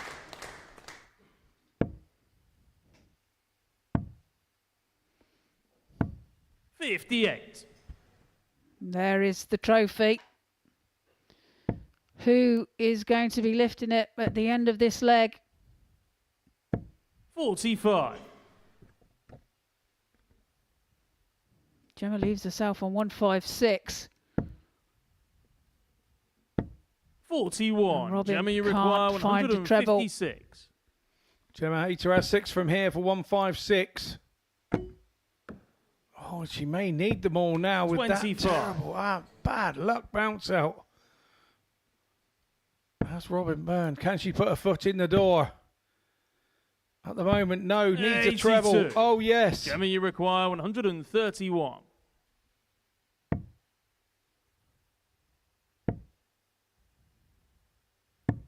$91. Robin, you require Superbly found there 114. from Gemma Hayter. It's all about Robin Byrne in this 114 now.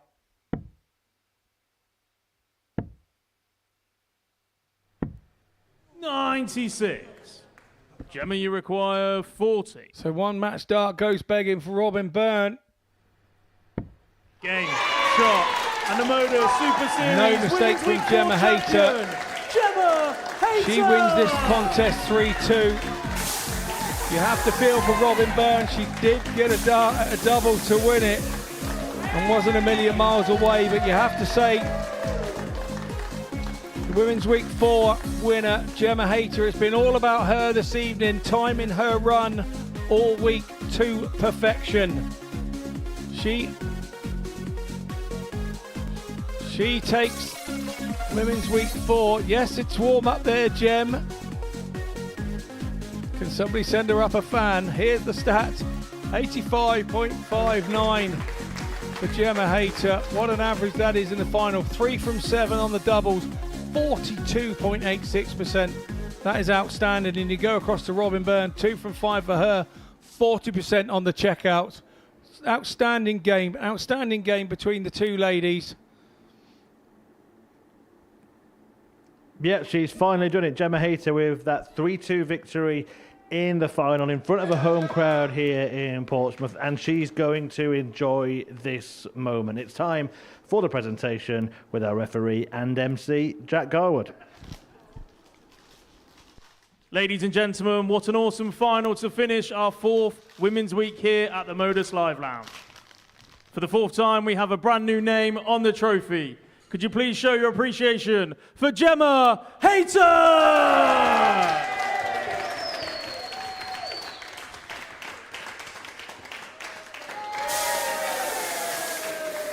One more time, your Women's Week 4 champion, Gemma Hayter!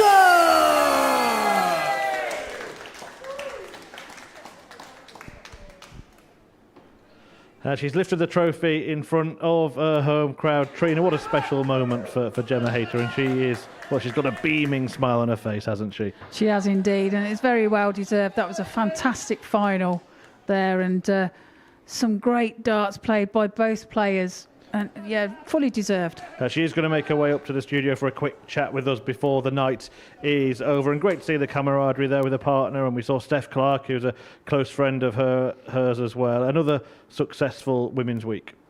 Yeah, absolutely. It's been fantastic, and you know we're grateful to Modus for giving us the opportunity to show our wares and our talents. And yeah, it's just a great week, and proud to be part of it. Yeah, hugs all round, went past some of the other participants as well. Before Gemma gets here, let's quickly talk about Robin Byrne, because it looked like she was going to be blown away in that final, but she fought back, didn't she? She did, yeah. That's what I've been saying about Robin. She's just been fired up and ready to explode. And she had a match start, and but didn't quite get there. Yeah, we got a good final in the end. And yeah, what's going through a player's mind? You'll have been there many times when your opponent steps up and they do get a match start.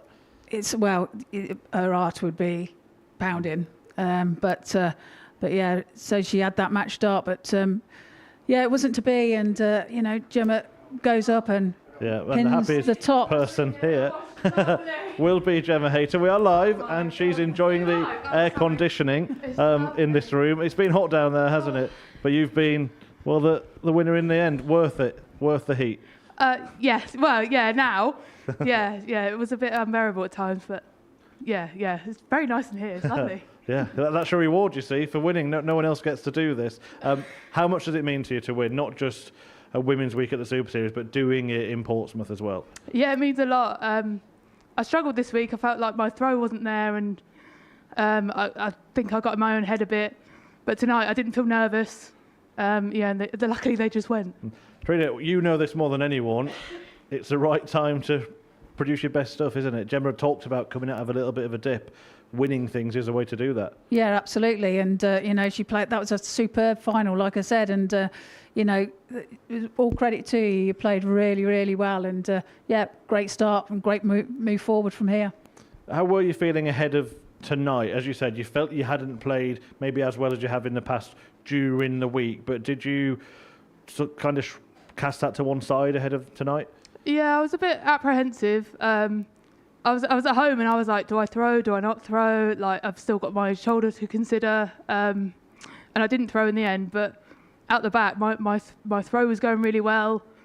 And yeah, I just thought it's now or never, Gemma. You're either going to produce your best darts. Obviously, that first game against Kirsty, I thought, right, here we go. And then, it just seemed to click. Yeah, it got the better of Kirsty Vinikainen as well. Then Robin beats her, so she was the only player that had won a Women's Week before in the field tonight. It meant a new name would be on the trophy. And at the start of the final, it looked like you were going to maybe run away with it, but Robin fought back, didn't she? Yeah, well, that's what she's done all week. You can never, ever count Robin out. She's got probably the most fight of anyone, and she's definitely someone that knows how to grind out a win. And when it went to 2-2, I think that was my worst nightmare, because quite a few times during the week I'd been 2-0 up flying and then let it slip. What was it like that last moment there where she's at the board, she gets a match start and you're waiting to take out tops, which we've just seen you do there? How relieved were you? What was the emotion? Well, I was very relieved to see her miss double 18 to take out the finish, but it was just, I just thought, just go straight, please. Just get. I love tops, and sometimes I pull it and I drag it, but did I hit tops? Didn't I? Yeah. Anyway, I could say I can't remember, but luckily it went straight in. Trina, what can a win do for a player? There's lots of stuff coming around the corner that the World Match Play we'll get onto in a second. What can lifting a trophy do for confidence and everything like that? Well, exactly that. It does boost your confidence, and like Gemma said, that she's felt that she hasn't played her best, but that in that final, I'd say that that is close to her best. And like you say, going into the match play and things like that, that's going to give her a confidence boost, and it's going to do her well going into that. Do you feel that yourself now? I mean, it's immediately after the event, but do you think that might just maybe take your mindset up at a level going into that Women's World Match Play? Yeah, definitely. I think on the Women's Series it's been a bit tough for me. I have made semi-finals, but I feel like I've not. I feel like I should be doing better, which is a silly thing to say because I've got major imposter syndrome. And I think we had a conversation during the week, and I feel like people are asking me to do presentations and this, and I think, why do you want me? So this is another thing that I'm adapting to, but yeah. Well, Trina, tell the world, why do they want Gemma for all those things? Well, you've just seen it, haven't you? A quality final, a great match between two great players, and and the fight there, and it's just incredible. You were made joint favourite tonight. Have you been surprised with how quickly, since returning to darts, that you have become one of the leading ladies in the sport? Yeah, I have, and I think sometimes I don't know, I let it affect me, and I know I shouldn't, but I mean, I put a post out tonight. I feel like I'm learning on the job, and there's a lot to it. There's a lot that maybe I say too much sometimes on my social media, and I think that maybe adds more pressure to me to produce. But I just love darts, and I want women to get recognised for darts, and I want more ladies involved. I want to get more people involved, and I just want more people to see it, really. This is kind of showcasing it, isn't it? Because we've had 4 weeks now and 4 different winners, so it shows there is a deep talent pool in ladies' darts. Yeah, exactly. And there's still many other women that haven't played here. Like, I mean, I could roll you off a list. Maybe we'll talk after this. But there's so many more women that deserve the chance to play here. And this is a fantastic venue. And it's just going to help produce the ladies' game. And in terms of the timing, again, with that World Match Play around the corner, you said the phrase there, imposter syndrome. Is that something now where you feel like you can go there and feel like you belong in that top 8 playing in that tournament? Yeah, I think so. I mean, I was looking through the list the other day. If I have one bad performance, I really do take it to heart, and that's obviously something that I need to get over. But like, you can't win every game. But if you look down the list, I've got to win against all of them. So I think I just need to kind of realise why can't it be me rather than, I've got no chance. Absolutely. Trina, for you, what strengths has Gemma got, and what can help her not just win things like this, but go and take those huge titles like the World Match Play? Well, she's got a good attitude to the game, and she's come back after that 8 years break, and it's happened pretty quickly for her, like she said. But, she's handling that and, she's going to move forward and just let her darts do the talking, basically. And just in summary, what does tonight mean to you? Where does it rank in career highlights? I think it's probably number 1. It meant a lot for me. There's a lot of faces that I didn't expect to be here tonight. Obviously, Adam Lipscomb was one of them. He played at the Hampshire Open today. I didn't think he'd make the journey here, but it means a lot to me. Like a home crowd and everything. So it's really special. Well, look, massive congratulations. I'm sure we'll see you here again soon, and good luck at that World Match Play. Plenty coming up on Pluto TV with the Modus Super Series Darts 24-hour channel. We've got a tungsten talk with John O'Shea straight after this live broadcast. Phil Taylor talking about Luke Littler, and Bo Greaves is going to be in action on week 7. It gets underway Monday morning, 9:30 a.m. finals night, usual time, usual place, 7:30 here on Pluto TV. But tonight it was all about Gemma Hayter, the latest name on the Women's Week Roll of Honour. Bye for now.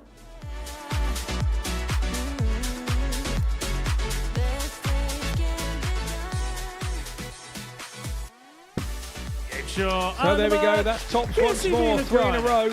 Really, really happy and proud of myself. Finds the double 18, 38. Robin for the match. To be the first Irish woman to win the Women's Week at Modus Super Series would be huge. Why not? Keep making history.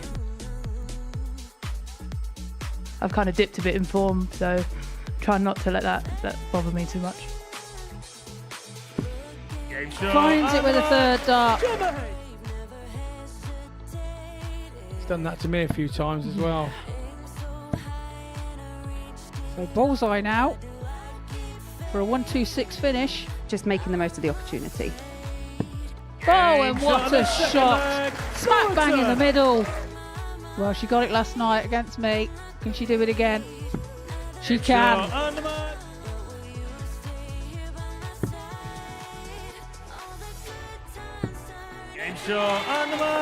So, the match goes the way of Gemma Hayter. Robin Byrne hits the double. She wins the match 3-2. So tops finds that too.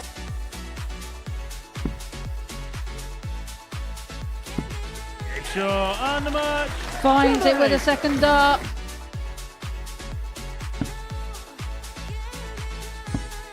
Robin Byrne beats Kirsty Vinikainen.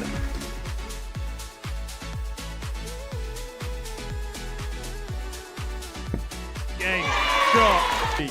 Could you please show your appreciation for Gemma Hayter? A generational talent playing at the peak of her powers. She steps back, has a good look, and nails it.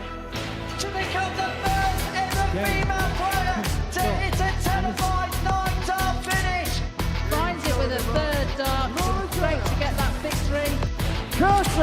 Vinikainen.